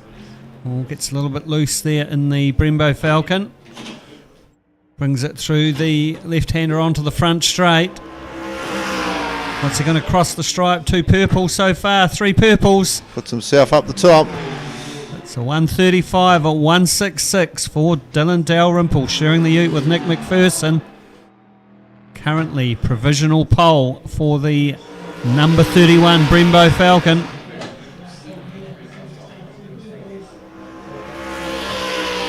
So next up, looks like we're going to have the Braden Carroll Adam Bell machine, the Kmart Holden. And I think it's Braden in the driver's seat this time around.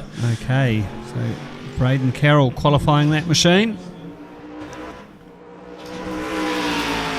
So Braden Carroll was the Tier 2 winner last year in the Mazda RX-8s. Just using a little bit of the circuit in the moor there is Adam Bell.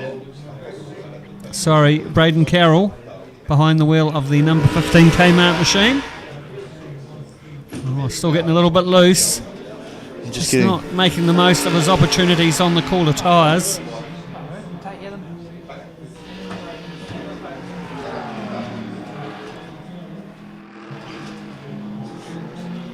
Yeah.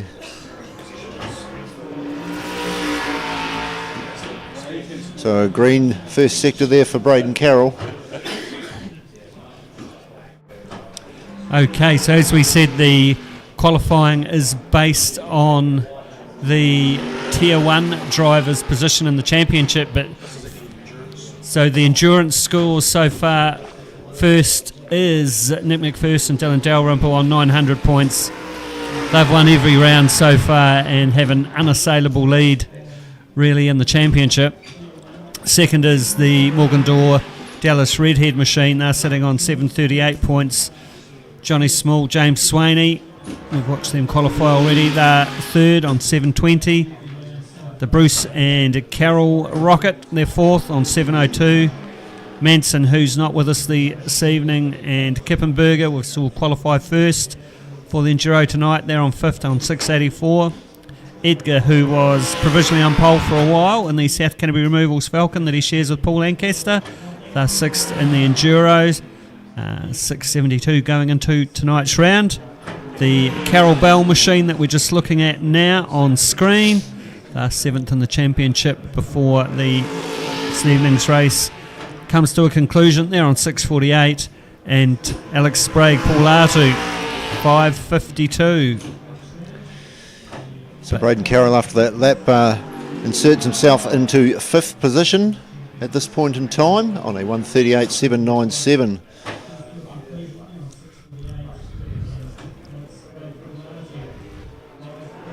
So now we've got the Andrew Bruce Lincoln Brunton Jim Beam bonded machine. So who's behind the wheel there, B2? It's Lincoln, yep. Lincoln, he's sitting behind me there. He's going to qualify the Jim Beam bonded Falcon. He was running in the Red Bull Holden earlier this evening in the sprint races, but sharing the Jim Beam bonded Falcon with Andrew Bruce, who is standing behind us watching on with interest. Lincoln's going to kill it, he says. So up through the gears we can hear the Falcon going behind us. Down the straight he runs in the Jim Beam bonded Falcon. What can young Lincoln Brunton do? Had very good sprint races earlier this evening, but qualifying the Ute on cold tyres is a rather different matter. The second green sector there for Lincoln. So we'll just wait and see how he gets on coming around these last couple of corners, heading down towards the start-finish line. Always a little tricky to gauge unless they are running purple sectors. Let's just see what his time will be. It's a 1:39.3, good enough for sixth position at this point in time.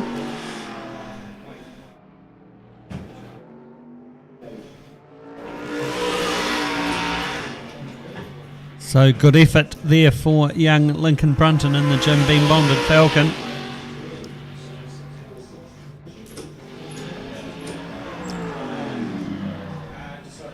So, last up we have the Alex Sprague Paul Artu machine.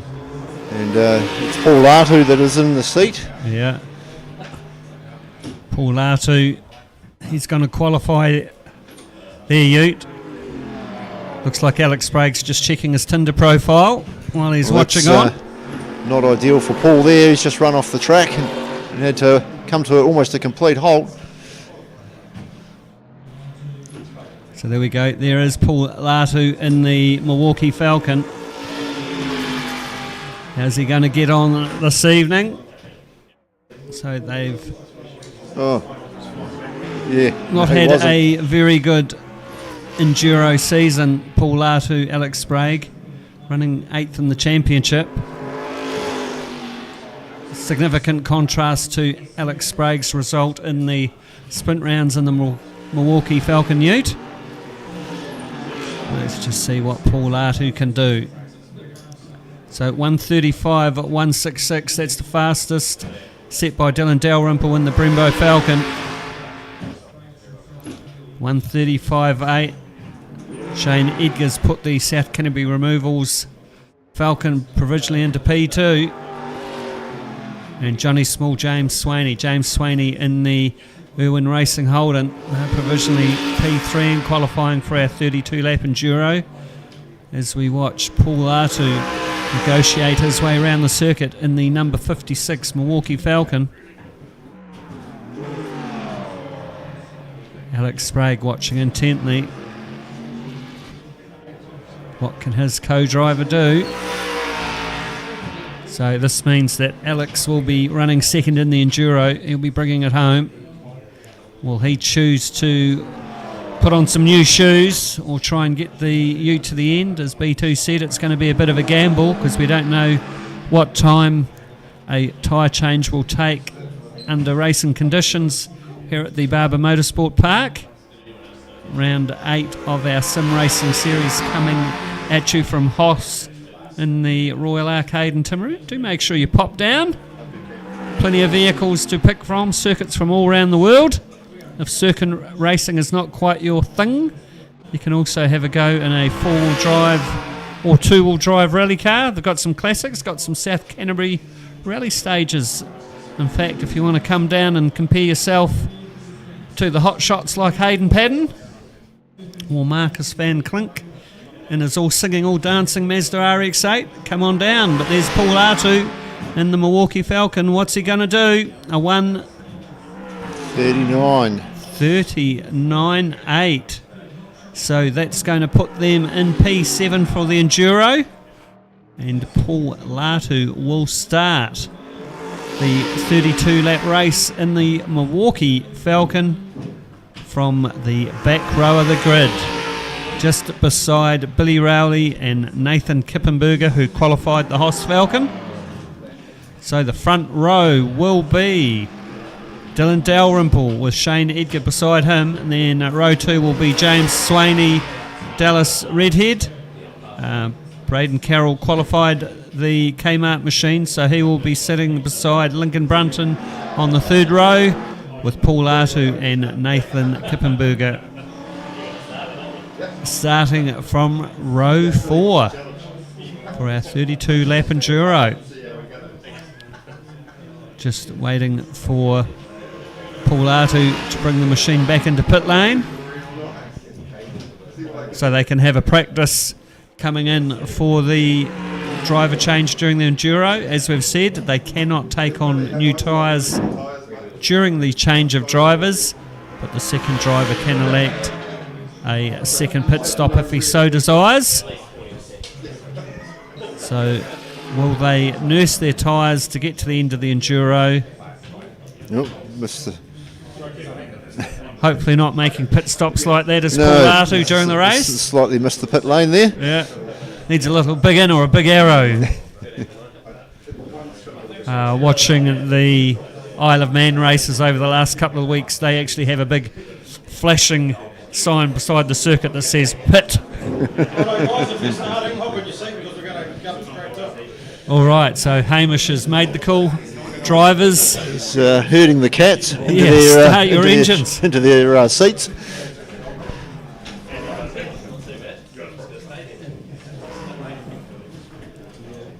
So Nick McPherson, Dylan Dalrymple, they've been leading the Enduro rounds, 3 from 3 so far. They've put it on pole, given themselves every opportunity to come away with another good result. Shane Edgar sitting beside him in the South Canterbury Removals Falcon on the front row.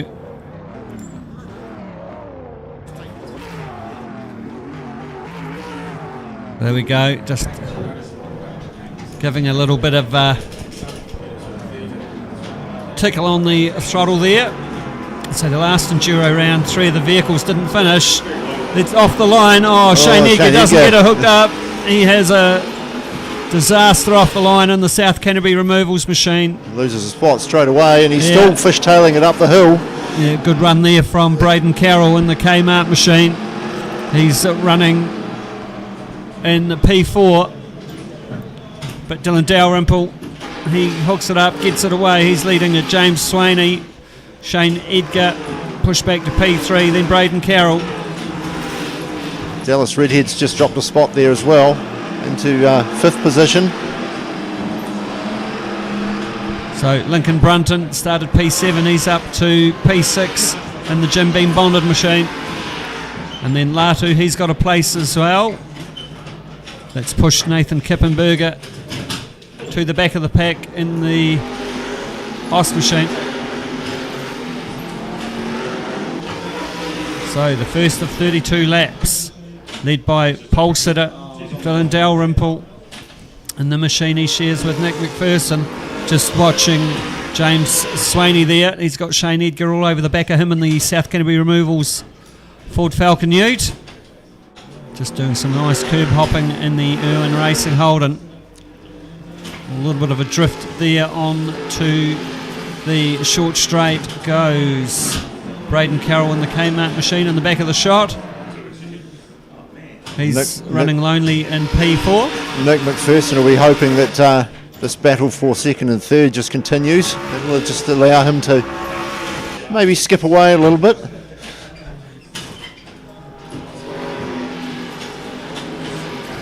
So 1:41.0 from a standing start for Dylan Dalrymple.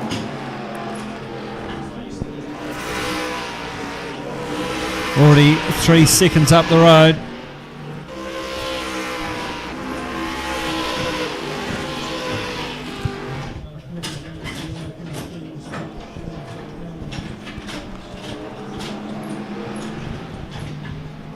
Okay, just while we're watching, big shout out to Johnny Burden. He's our guru that makes these utes look so fine. He also did a great job in the first season with the Mazda RX-8s. A lot of them were running in the same livery as the actual drivers run in South Canterbury. So I can see that he's tuned in this evening. G'day, Johnny. He's got a Jaguar. Oh. Man after my own heart is Johnny Burden. Anyway, we're still watching the racing coming at you from Barber Motorsports Park. Shane Edgar there, just getting that place over James Swaney, getting that place back, I should say. Yeah, just Lincoln Brunton there, just running through the shot on the Jim Beam bonded machine, using a little bit of the circuit and more. But there is James Swaney in the Irwin Racing machine. He's got Braden Carroll trying to chase him down. Lincoln Brunton, he's being harassed by Paul Artu in the Milwaukee Falcon. And all the way back there, Nathan Kippenberger in the HOSS machine. He's at the back of the pack. Paul Artu running there in the Milwaukee machine that he'll hand over to Alex Sprague a little bit later on. It's Alice Redhead there, just putting a bit of pressure on. Just wait for that screen to reset Braden itself. Carroll there in the Kmart Holden. Yes.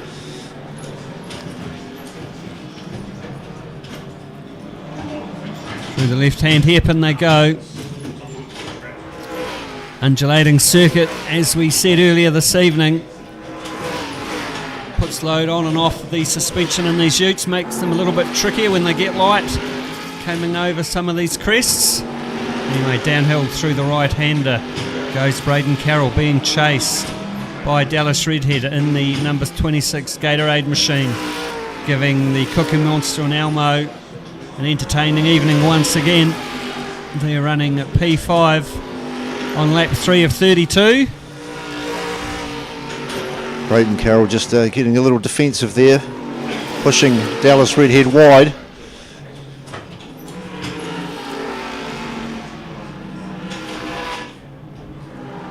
Just Wide line there from Redhead. He takes that right-hand corner. That's probably cost him a little bit of time there, actually. Just drops back a couple of car lengths. So 1:35.6 for race leader Dylan Dalrymple as he heads into lap 4 of 32. The battle here is between Dallas Redhead and Braden Carroll. So just a wider, higher line there for Braden Carroll through the right-hander as he heads up the hill over the crest.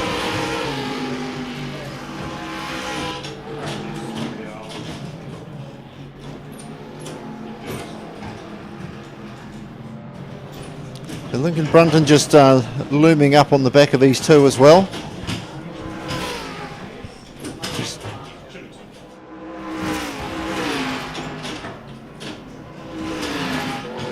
So in the low 138s is Braden Carroll, Dallas Redhead and Lincoln Brunton. So Dallas Redhead just gets within a car length of two there of the Braden Carroll Kmart machine.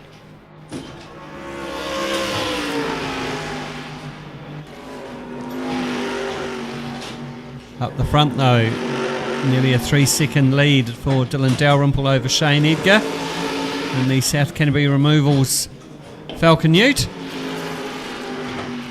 And then James Swaney, he's running a rather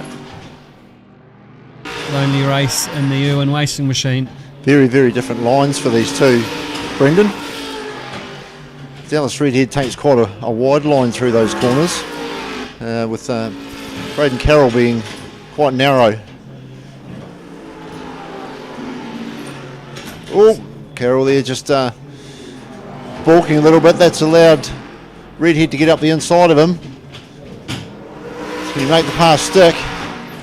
So they go up over the crest. Still side by side.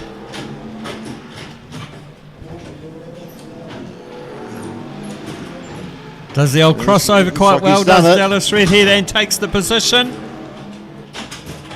Is Braden Carroll going to have a comeback at him down the front straight? Sorry, into the...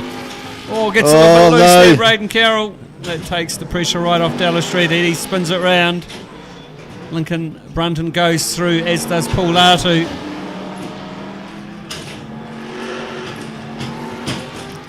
So that's now dropped Braden Carroll down to 7th. So, well done, Dallas Redhead. Kept the pressure on. Took the position in the end. That puts the Gatorade machine into P4.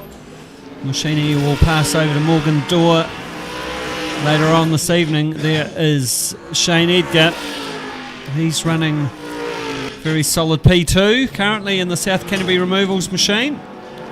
And has a fastest lap of the race, 1:34.483 for Shane Edgar.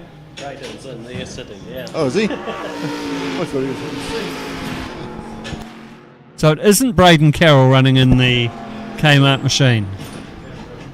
Adam Bell. Here we were saying all these nasty things about poor Braden Carroll. Oh, apologies, Braden. So there's Lincoln Brunton in the Jim Beam bonded machine, Paul Artu on his tail.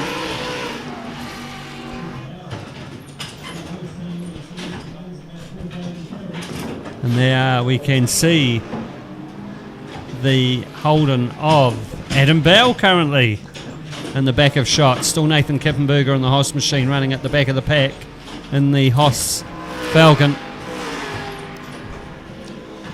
Here we go. Through the chicane, well, straight across the chicane goes Lincoln Brunton. It's a little bit of a different line. Manages to get back onto the circuit though when they go through the downhill right-hander. It just cost him a little bit of time, I think. That just allowed Paul Artu to make up a couple of car lengths. So Lincoln Brunton wasn't looking forward to doing the enduro round. He said he does prefer the sprint races. But he has had a win this evening in the Tier 2 field, the reverse grid race. Lincoln Brunton did take it out in the Red Bull Racing Holden Ute. Doing a good job currently running P5 in the Jim Beam Bod Falcon that he shares with Andrew Bruce. So on lap 7 now are the first drivers in the 32 lap enduro. Still watching Lincoln Brunton in the Jim Beam bonded Falcon.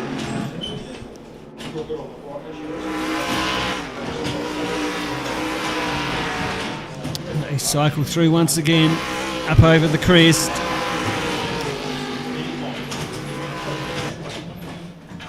There is Adam Bell. He's now getting himself back onto the tailgate of Paul Artu in the Milwaukee Falcon. Trying to get that P6 spot. On the straight they go. And then they've got the little chicane before they go downhill. Oh, they're all getting... They're all taking plenty of liberties through there, aren't they? Part of the chicane. Not sure how far off the circuit they go before they get a penalty. Of course, if they get a penalty, they have to slow down and serve the penalty before they cross the start-finish line. because if they don't, it's instant disqualification, and that bit a few drivers at the last Enduro round we had with 3 vehicles not finishing. So Adam Bell chasing Paul Artu. Just has a look around the inside there, going through the right-hander. Just a wee correction there from Adam. Cost him a little bit of time. He's just dropped back 4 or 5 car lengths. Across the start-finish stripe they go, starting lap 8. So Lincoln Brunton, watching him in the Jim Beam bonded Ford Falcon Ute that he shares with Andrew Bruce. He's done a 1:38.2. Adam Bell, that's on the hunt in the Kmart machine.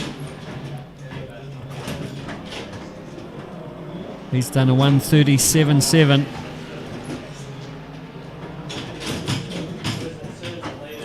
Paul Artu, he's the meat and the sandwich.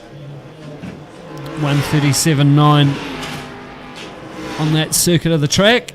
Once again, Lincoln Brunton getting a little bit greedy through that small chicane, coming across into the tight downhill right-hander.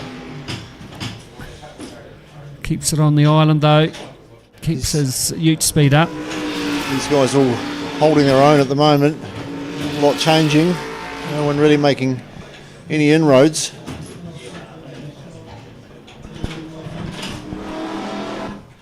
So 1:35.2 for race leader Dylan Dalrymple on the Brembo machine.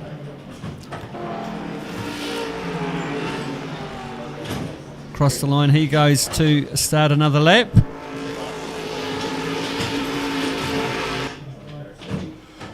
What can the Kmart machine do? They start lap 9.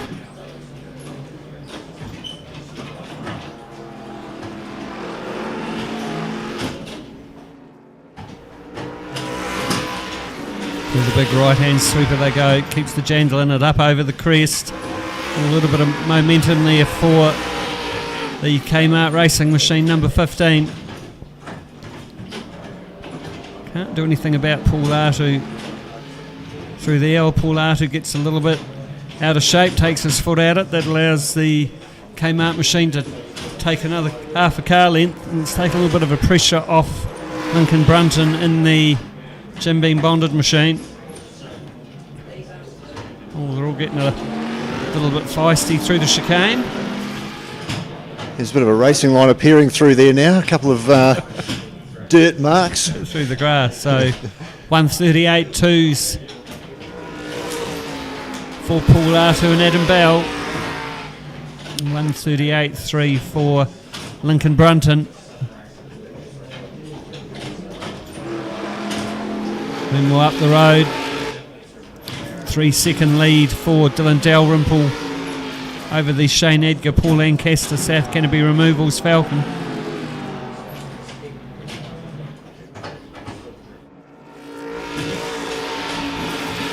Nice tight line coming on to the front straight to start lap 10. Lincoln Brunton, Paul Artu, Adam Bell goes through.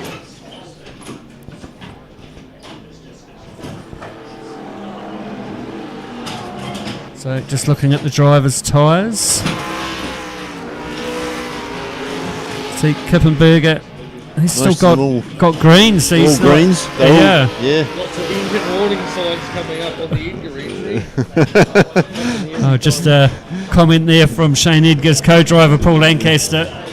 He's saying that the engine warning lights coming on for the South Canterbury Removals Falcon. He sounded a bit nervous. So a few laps before Shane Edgar gets to hand that machine over to Paul Lancaster. So let's see if Shane can get it to halfway. So pit windows lap 13 to 19, Okay. I believe. So another 3 or 4 laps before we'll see any driver changeovers. So the drivers will be starting to think about that. those of us that are here will be able to see them moving over to their respective sims pretty soon, So getting ready for that driver change. So just looking into the Paul Artu sim that he shares with Alex Sprague. So Paul's doing a good job currently of keeping his tyres nice and cool. So they're Alex is looking nice and relaxed there, sitting on the couch, hands in pockets. That's right, he's checked his Tinder account. He's ready to hop onto the sim there. The Milwaukee Racing Falcon, there it goes. Starting lap 11 there, Paul Artu. Still got Adam Bell though right on his hammer as they head round the 11th lap of the Barber Motorsports Park. So we're just waiting for the pit window to open, which is 13 to 19.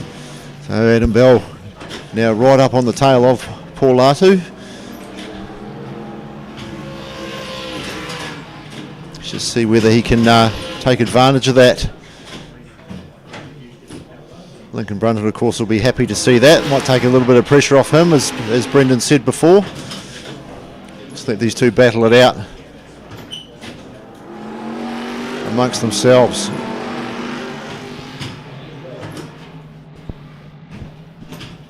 Up the hill climbs Lincoln Brunton once again through the left-right hand combination.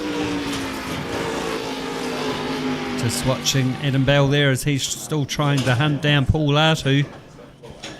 Well, every time I say he's getting close, he makes a mockery of me and drops off the back again. So he's got all that work to do again. Or just Paul as I say Artu. that, he's made a mockery of me again. Yeah, Picks up that spot, does Adam Bell.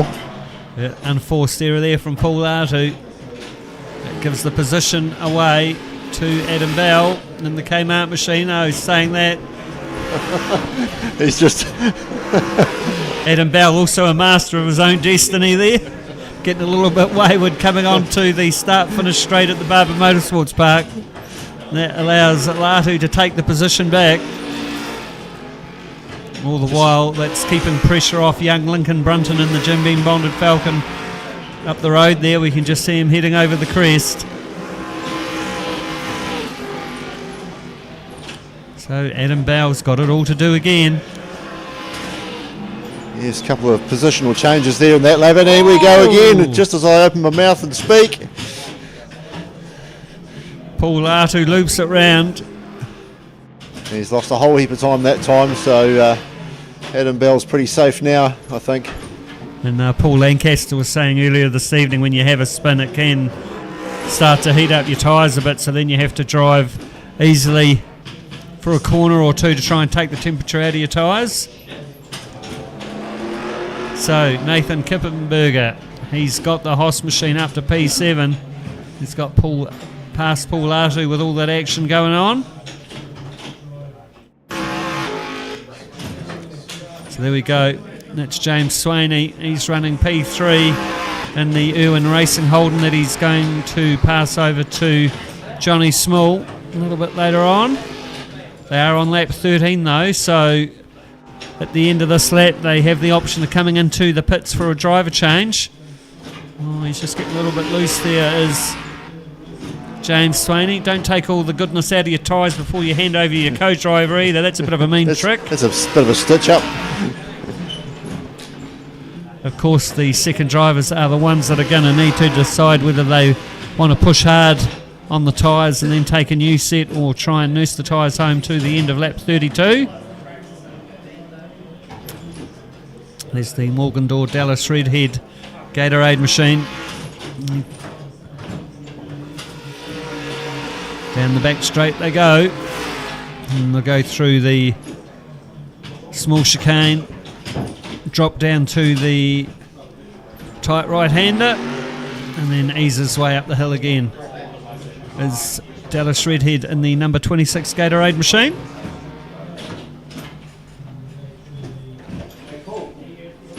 So, how is Shane Edgar getting on? Is the engine check light still on in the South Canterbury Removals Falcon? Oh, I can't quite see from here. Looks like Paul Lancaster is going to get a drive.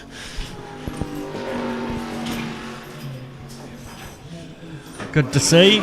You can see the Kippenberger machine. He's still got. And here we go. We've got hands over.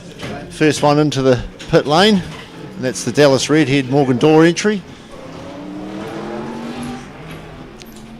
Morgan Door queuing up, ready to go.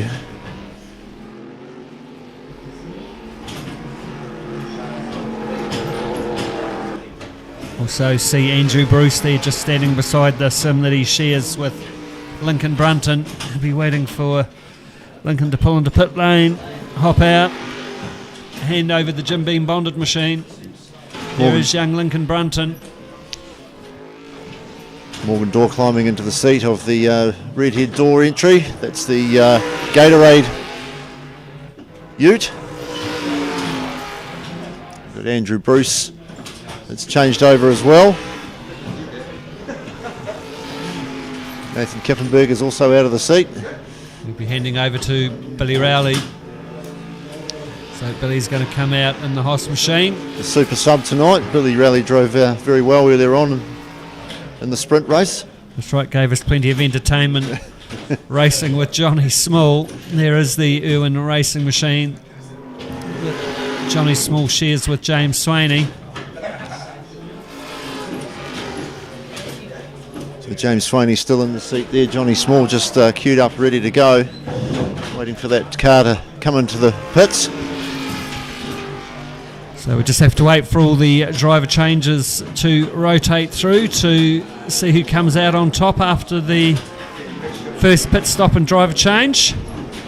So James Swaney pulling into the pits now. He's going to hand over to Johnny Small. And he's really been the second fastest runner this evening. Had an excellent round last week at Phillip Island, did Johnny Small. It's the first time someone's upset young Alex Sprague. So now we've got the Adam Bell machine. He's bringing it into the pits. He's going to hand over the Kmart number 15 Holden to Braden Carroll. Braden's been out enjoying some of the sports nutrition that Hamish has turned on for us this evening in the golfing suite. Sal's Pizza. There we go. The Nick McPherson, Dylan Dalrymple, Ford Falcon. Oh, getting a little bit loose there. Coming out of the right-hander. So Paul Latu out of the seat as well. We've got young Alex Sprague just hopping into the seat, putting his headphones on and getting underway in the Milwaukee Falcon. So really, Alex Sprague and Paul Latu have nothing to lose. They're running 8th in the Enduros coming into tonight's race at the Barber Motorsports Park. So can Alex Sprague get a little bit of redemption in the Enduro rounds, get that Ford Falcon up through the field. He's dominated in the sprint races, but just the Enduros haven't worked out well for this pairing. Good onboard shots, we can hear that lovely Ford V8 going up through the gears. Down the straight he goes, and we've got the small chicane. Right, left, downhill. Almost a straight line through there. And starts climbing once again. Just up the road there we can see Billy Rowley in the HOSS machine. He's just had that handed over to him from Nathan Kippenberger that qualified and started. And they were running P8 until near the end where Paul Latu had a moment and allowed the HOSS shoot through on Nathan Kippenberger. So we've got the Shane Edgar, Paul Lancaster Utes, got gear stick issues. Shane's handed him a lemon. They can't seem to find reverse in it. You only need reverse if you put it into the wall though, don't you? Well, don't know what's going on there. So I've obviously put the mockers on Paul Lancaster saying he would get a drive. So Lancaster's still having a trouble with the linkage. So now he has got reverse but no forward gears. It's going to be a very slow lap in reverse around the 3.8 kilometres at Barber Motorsport Park as we ride on board with young Alex Sprague. Just looking up the road at the Nathan Kippenberger machine. So those issues have put Shane Edgar, Paul Lancaster to the back of the field for this Enduro round. All through the chicane he goes, drops down to the right hand and starts climbing the hill once again. So 1:58.9 for his outlap.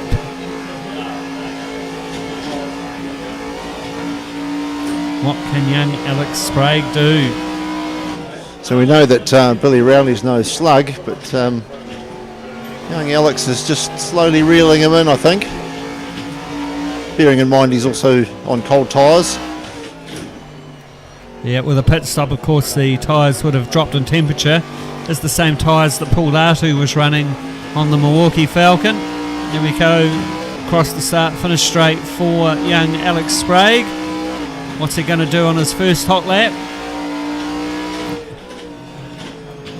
1:34.6, fastest middle sector. Of course, he also needs to make the strategic decision of, does he want to wear those tyres out and have to fit new ones, or does he want to try and get it to the end? Because if they get the tyres into the red zone, it's a whole different story. It makes these utes significantly slower. Yes, and as we know, they're already light in the back end. So to have tyres on the rear that are like an ice skating rink. So down the back straight we go into the short chicane. Using a lot of the curbs there is Alex Sprague. Just the HOSS ute just slowly getting bigger out the front window of the Milwaukee Falcon.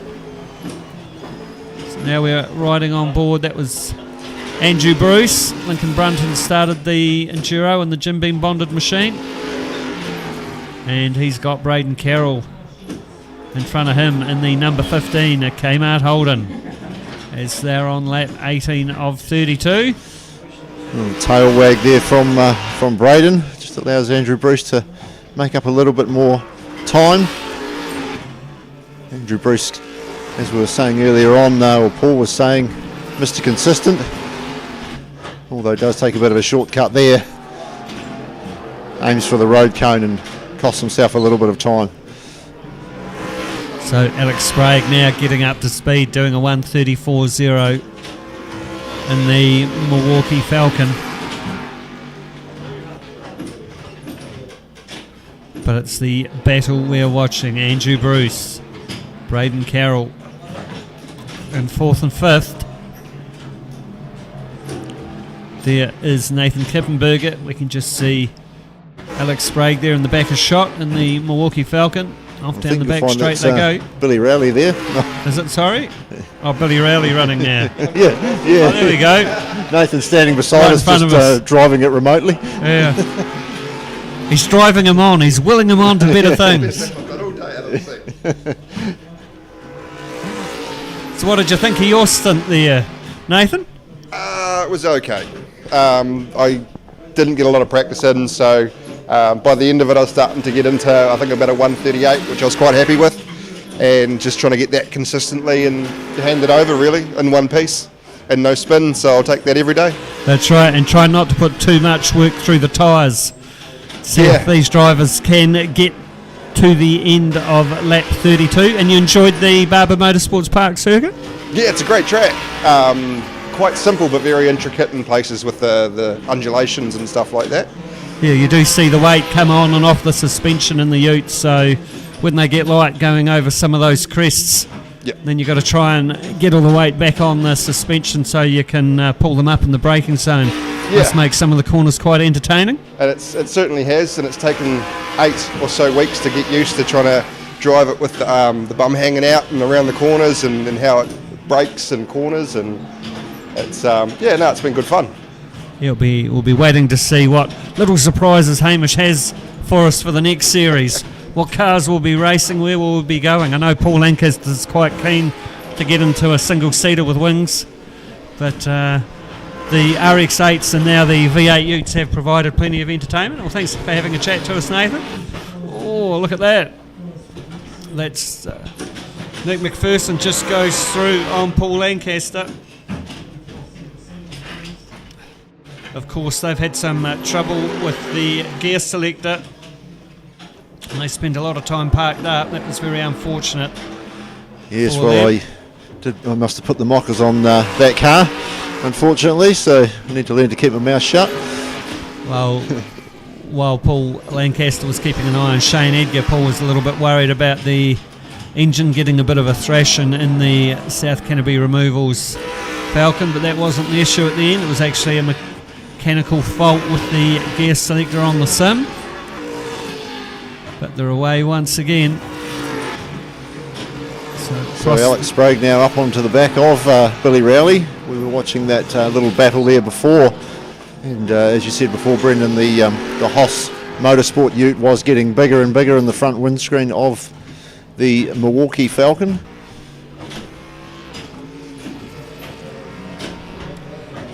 So 1:33.9 for Alex Sprague. That's why he is shutting down Billy Rowley. He's a second a lap faster on that tour.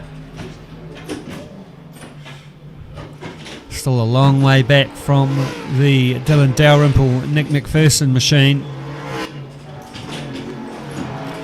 They've dominated their enduros and leading once again this evening on lap 20 of 32. Can Dylan Dalrymple bring it home, or is he going to need to pit for a new set of shoes? That's what we'll have to look at. Just looking at the tyres on some of the sims, we can see Alex Sprague, he's got 4 green tyres. So he's doing his best to maintain the ute speed while not overcooking it.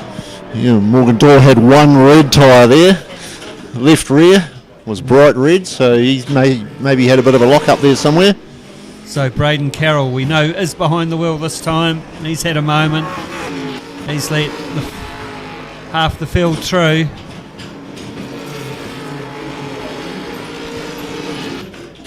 So while all that's been going on, also Alex Sprague's got onto the tailgate of Billy Rowley in the HOSS Ford Falcon. And then just up the road we can see Andrew Bruce running in the Jim Beam bonded machine. On lap 21 now of 32. Through the left-hand hairpin they go, climbing up the hill. Coming over the crest to go down the back straight. And then they'll have the little short chicane at the end. So Billy Rowley turning in under brakes, just allowing the car to drift to the left a little.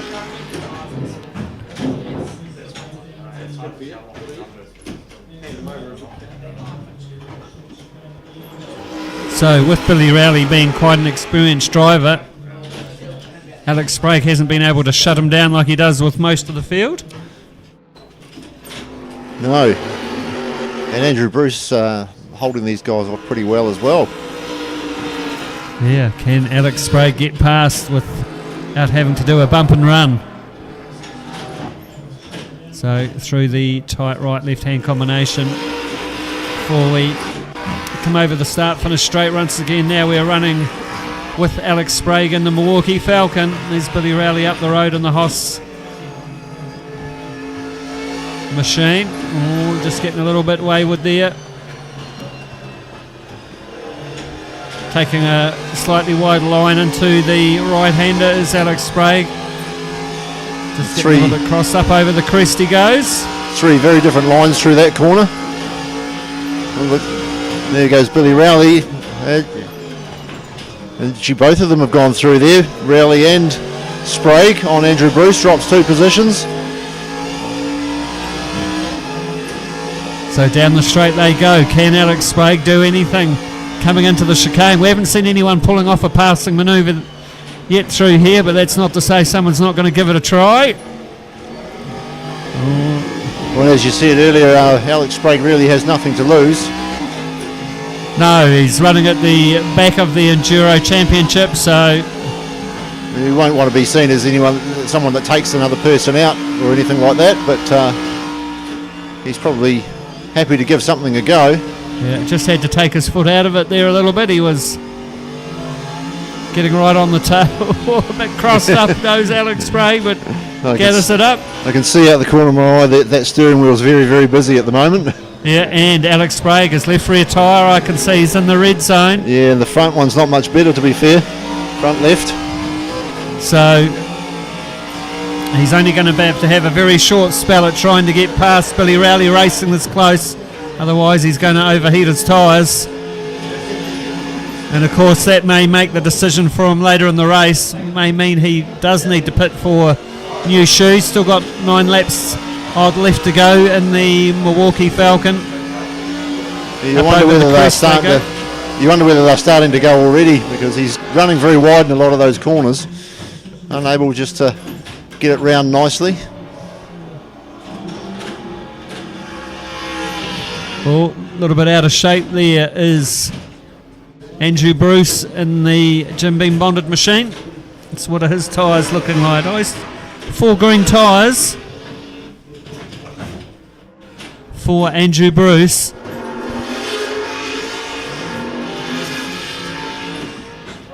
But Alex Sprague sticking to Billy Rowley like glue. Oh, just getting a little bit loose there. Coming uphill out of the right-hander. Bit of a slide there from Billy Rowley. Sprague just trying to get his nose up the inside. Still not quite close enough, running a slightly wider line. Yeah, we can just see, looking on Alex Sprague's monitor, that left rear tyre now in the red zone once again.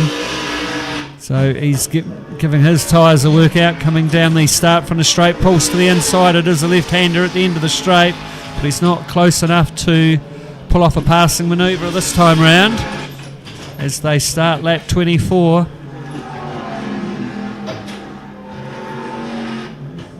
Tighter line there for Alex Sprague through the right-hander, and hooks onto the tail of the HOSS machine as they go up over the crest of the hill.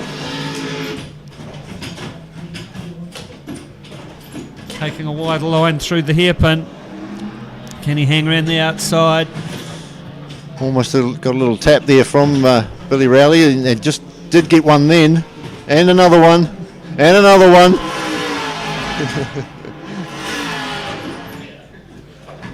So there we go. Alex Sprague does pull off a pass going through the short chicane into the downhill right-hander.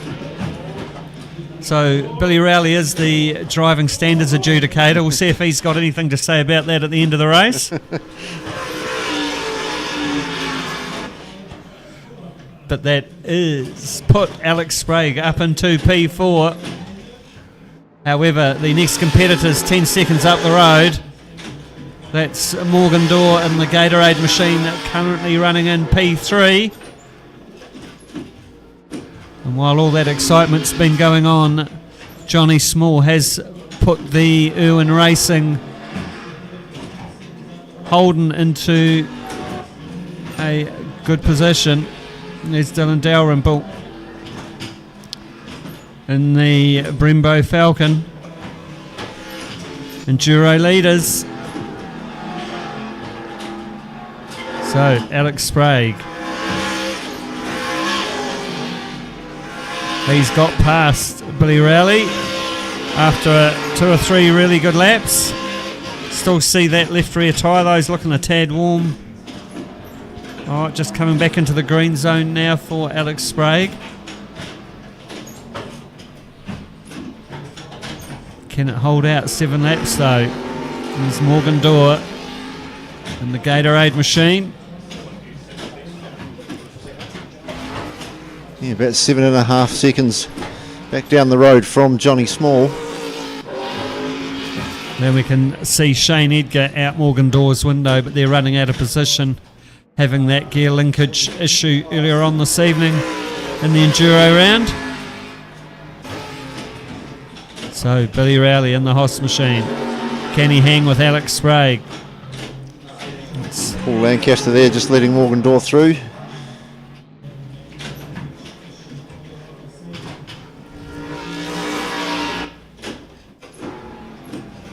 We're about to start another lap. There's Billy Rowley. He's getting a little bit loose now. trying to hang with Alex Sprague in the Milwaukee machine. He's not really letting him get away. So let's just have a look at their lap times. Alex Sprague doing a 1:34.3. Billy Rowley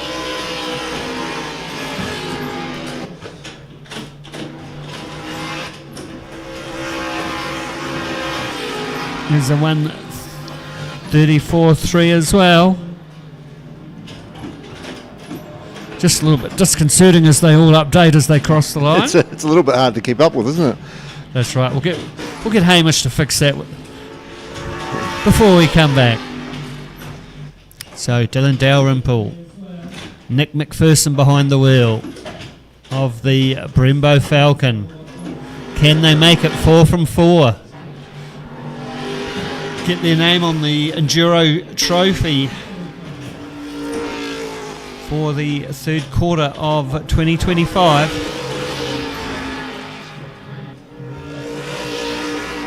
So Alex Sprague not really getting away from Billy Rowley. No, I was just looking at that before actually.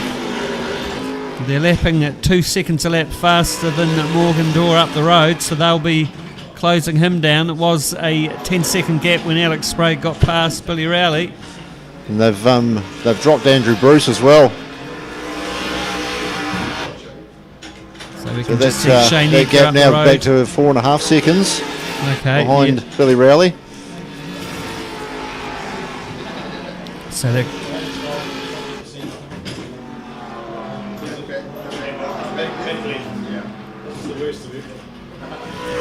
So Hamish has just had a wee look around the drivers currently running. So Braden Carroll's left rear tyre starting to look rather worn.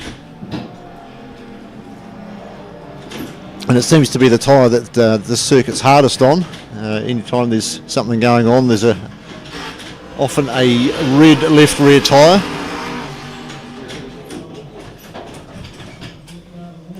So there is Braden Carroll in the Kmart Racing number 15 Holden. And they're running in 7th, although they've got a lap in hand over the Shane Edgar Paul Lancaster machine. So not under significant pressure to be passed. But can he get it to the checkered flag without that tyre giving up the ghost? Yeah, and speaking of that, only 5 laps, or not even that, 4 laps now to go for the race leader. So Shane Edgar has let Alex Sprague and Billy Rowley through.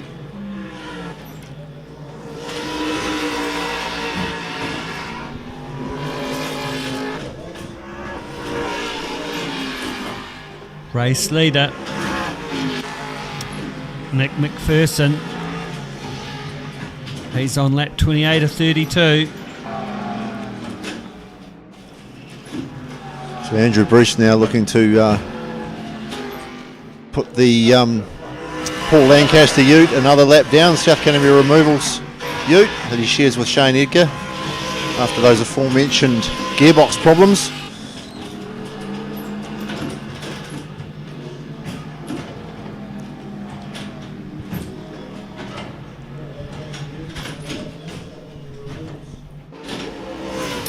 Over the crest they go down the long back straight, then he's got the short chicane popping down to the downhill right hander. Oh, a little bit tail happy there. Shane Edgar loops it round.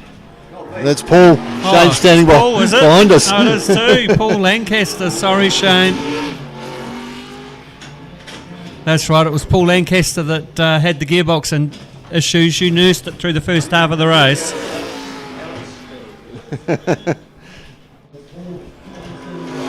So, still Nick McPherson, Dylan Dalrymple, Johnny Small, James Swaney P2, Morgan Dorr, Dallas Redhead P3. So, back to the battle between Alex Sprague, Billy Rowley back on his tailgate. Alex got through earlier on, but he hasn't been able to drive away from Billy Rowley. But they are hunting down the Morgan Door Dallas Redhead machine. It's the number 26 Gatorade car. Up over the crest they go.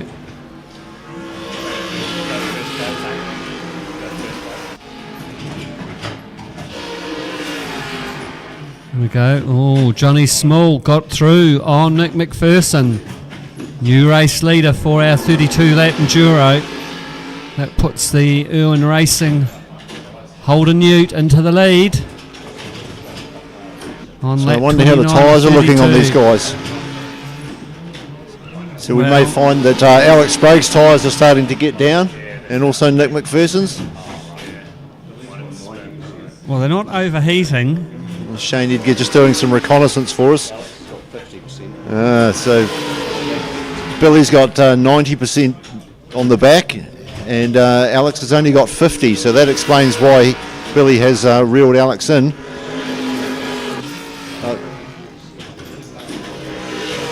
So Billy far, is versus 50.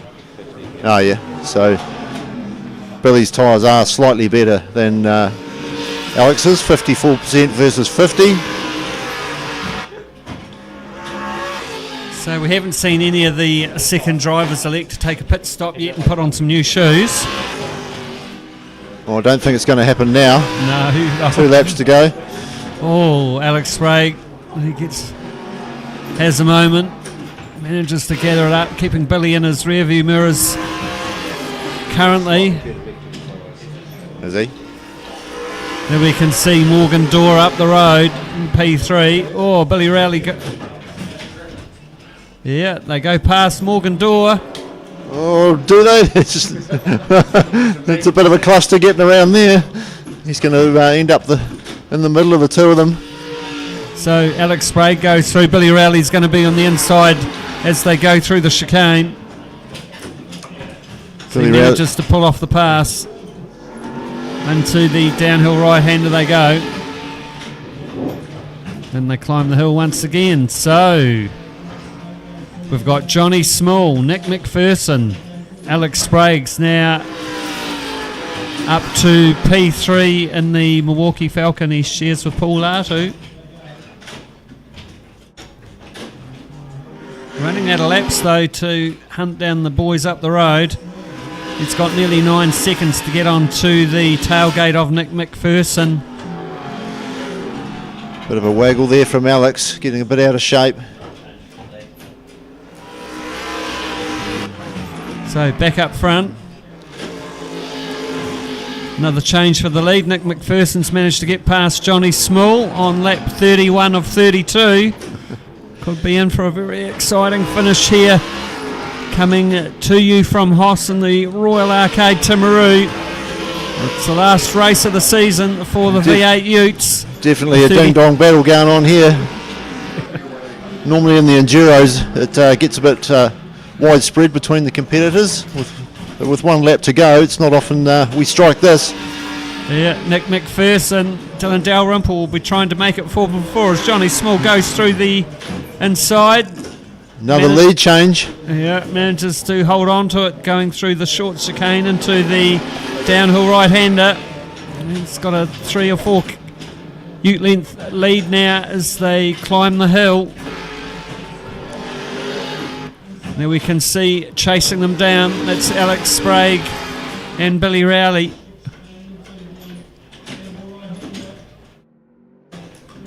There's 2 laps to run. It is Johnny Small. Just opened up a little gap there back to Nick McPherson.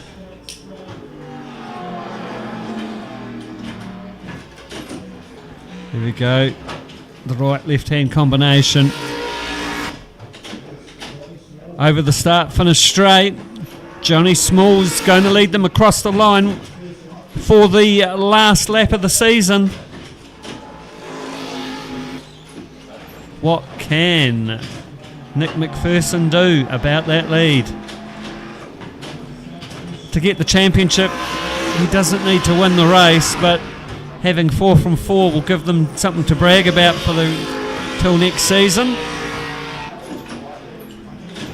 All right, into the braking for the hairpin goes Johnny Small, just going back to the battle between Alex Sprague and Billy Rowley. Alex Sprague's just put a little gap on Billy Rowley there. Rowley was up right on his tail, but he's just dropped back slightly.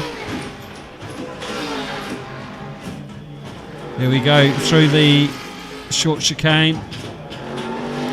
Downhill right-hander goes Johnny Small.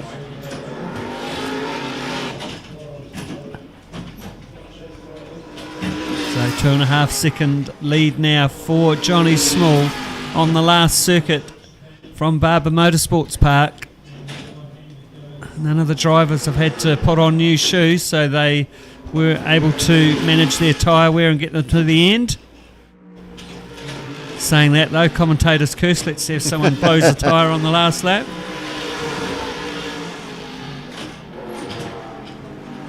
Alex Sprague still keeping Billy Rowley at bay.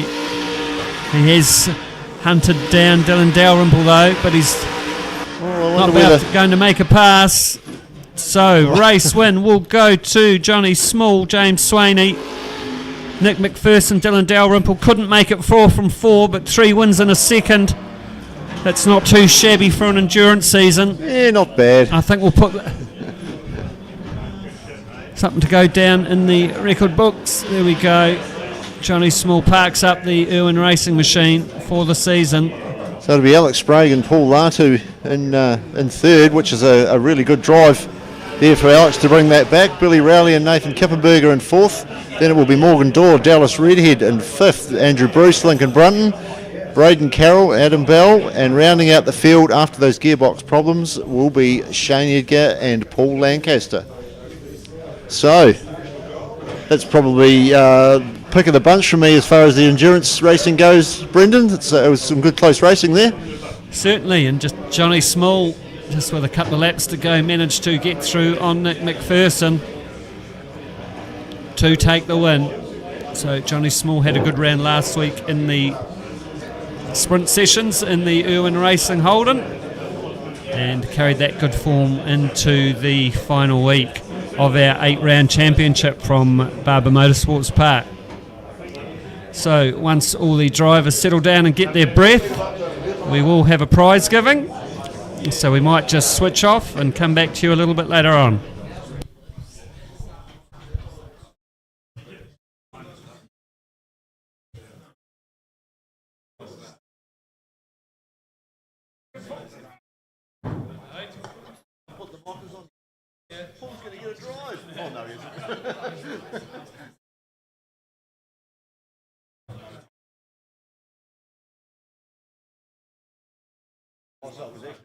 Physical.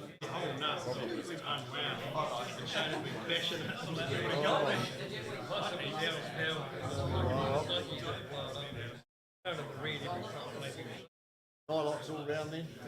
Do an upgrade, put some Nylox on it. Probably got some horrible thread on it.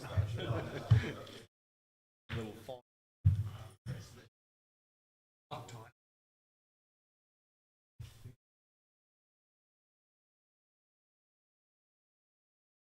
Even something right.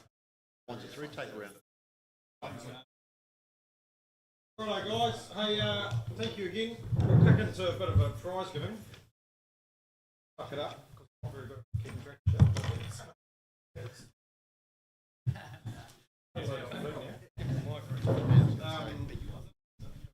so we're going to start with the Enduro winners. And you've all obviously voted for your cleanest driver over the season. I'll get Shane Edgar to come and present the trophy to these guys. So congratulations to Nick McPherson and Dylan Dalrymple. You've taken out the Enduro Championship, and you've also both been voted in each of your tiers as the cleanest driver in your tier, and you've also taken out the teams, actually similar to the Enduro, but it's across points from all races. So there's 150 cash each and a prize. And then your trophy, you'll just have to... there's actually the team's trophy, so you can give them that one too there, Shane. Which ones you want to take home each, but... I haven't actually engraved them from last season, so... I'll get them off you sooner rather than later, so I don't do that again. there's no prizes for second and third in the endurance in an 8-horse race, sorry, but second overall was Dallas. I actually need to sort out the full points, but we know who won it, but I will double check it. But just await the Facebook post tomorrow and I'll just double check points. I don't want to muck you. It is tight for the second and third. Right, we'll go to tier 2. So tier 2, third overall. Where are we? Third and tier 2. The third and tier 2 was Adam Bill. Well done, mate. Now you might notice these Hello Cyril vouchers. Seem funny to give you men a women's clothing store voucher, but they are so you keep your wives happy. So go home and say, look what I've got you, love. And then they let you keep coming back here. Yeah. So maybe next season we'll just do all Hello Cyril vouchers. Second in tier 2 is Dallas Redhead. Well done, mate. We've got you a bit of a Highlands go-kart experience. There you go, mate. Thank you.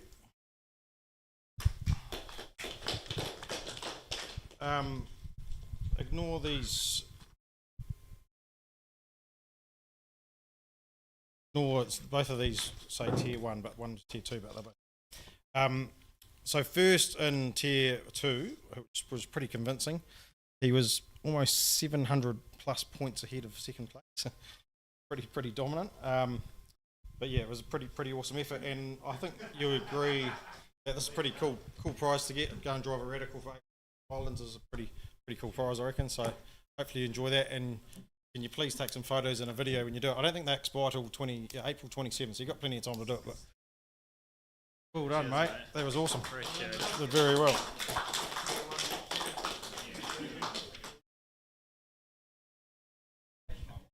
So yeah, the real battles in both tiers were sort of between second and third, but third overall in tier 2 was Braden Carroll. Sorry, tier 1, Braden Carroll.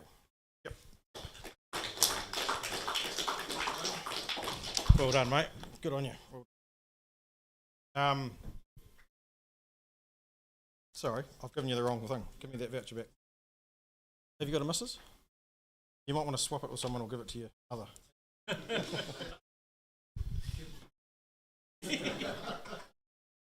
Sorry, no, that one's yours. I told you I was balls up at this. Too much going on. So where we're up to. Second in tier 2, and pretty bloody solid effort, mate. Andrew Bruce. He's pretty consistent all the way through. So, bloody well done, mate. It was awesome. Good stuff. Well done. Now,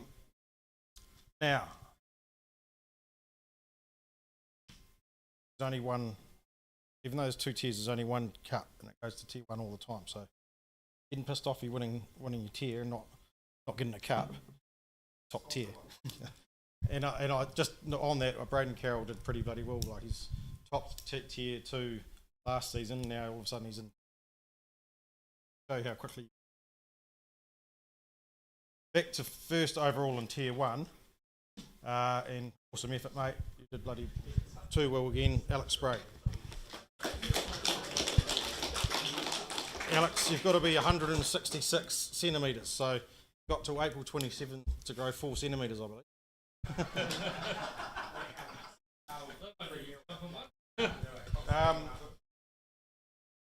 I've got 2 $50 vouchers here, which I'll give to second and third in the Endurance Championship once I finalise it, okay? And that'll be to share. Something big. 166 centimetres. You'll be right in your big boots. But thanks again, guys. Hope you've enjoyed it, and thanks to all the commentators. Billy for organising a lot of the series. I've landed most of it on him. He's better at sorting me, but he's chosen the tracks and that sort of stuff. He's done a bloody good job, so thank you, Billy. And the commentators for coming in, and yeah, I don't know, you guys, how many of you guys go and watch the stream after?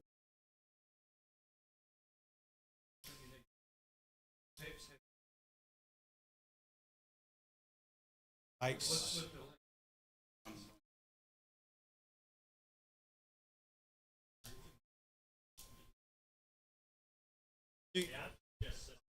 You come and see us, and we'll give you a lesson on how to find it.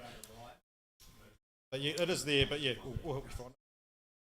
So RX8s in New Zealand first season, V8 Utes around the world. What have we got next time, chaps?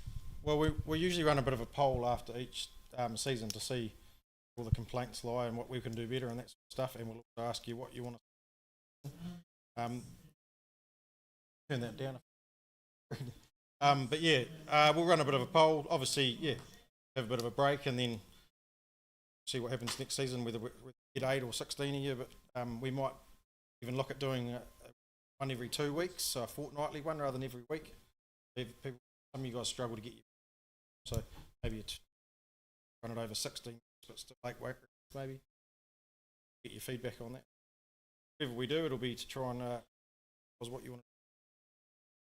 We appreciate you coming every week and spending your hard-earned cash, but hopefully you've got some of you have got some prizes.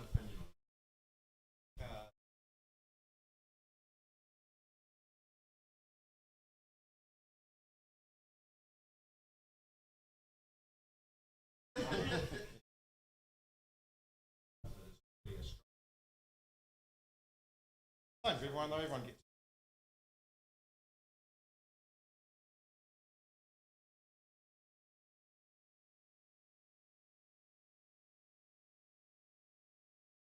But yeah, we'll put a poll out for cars and what might be some interest in open wheel stuff.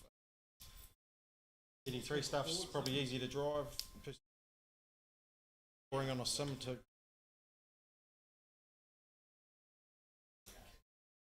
Yeah. But no, thanks guys, appreciate that, and yeah, I'll keep you up to date. We'll do a post with the final results on Facebook tomorrow, and we'll keep you up. All right, thanks for those of you that are tuned in. We'll see you next time from HOSS and the Royal Arcade, Timaru.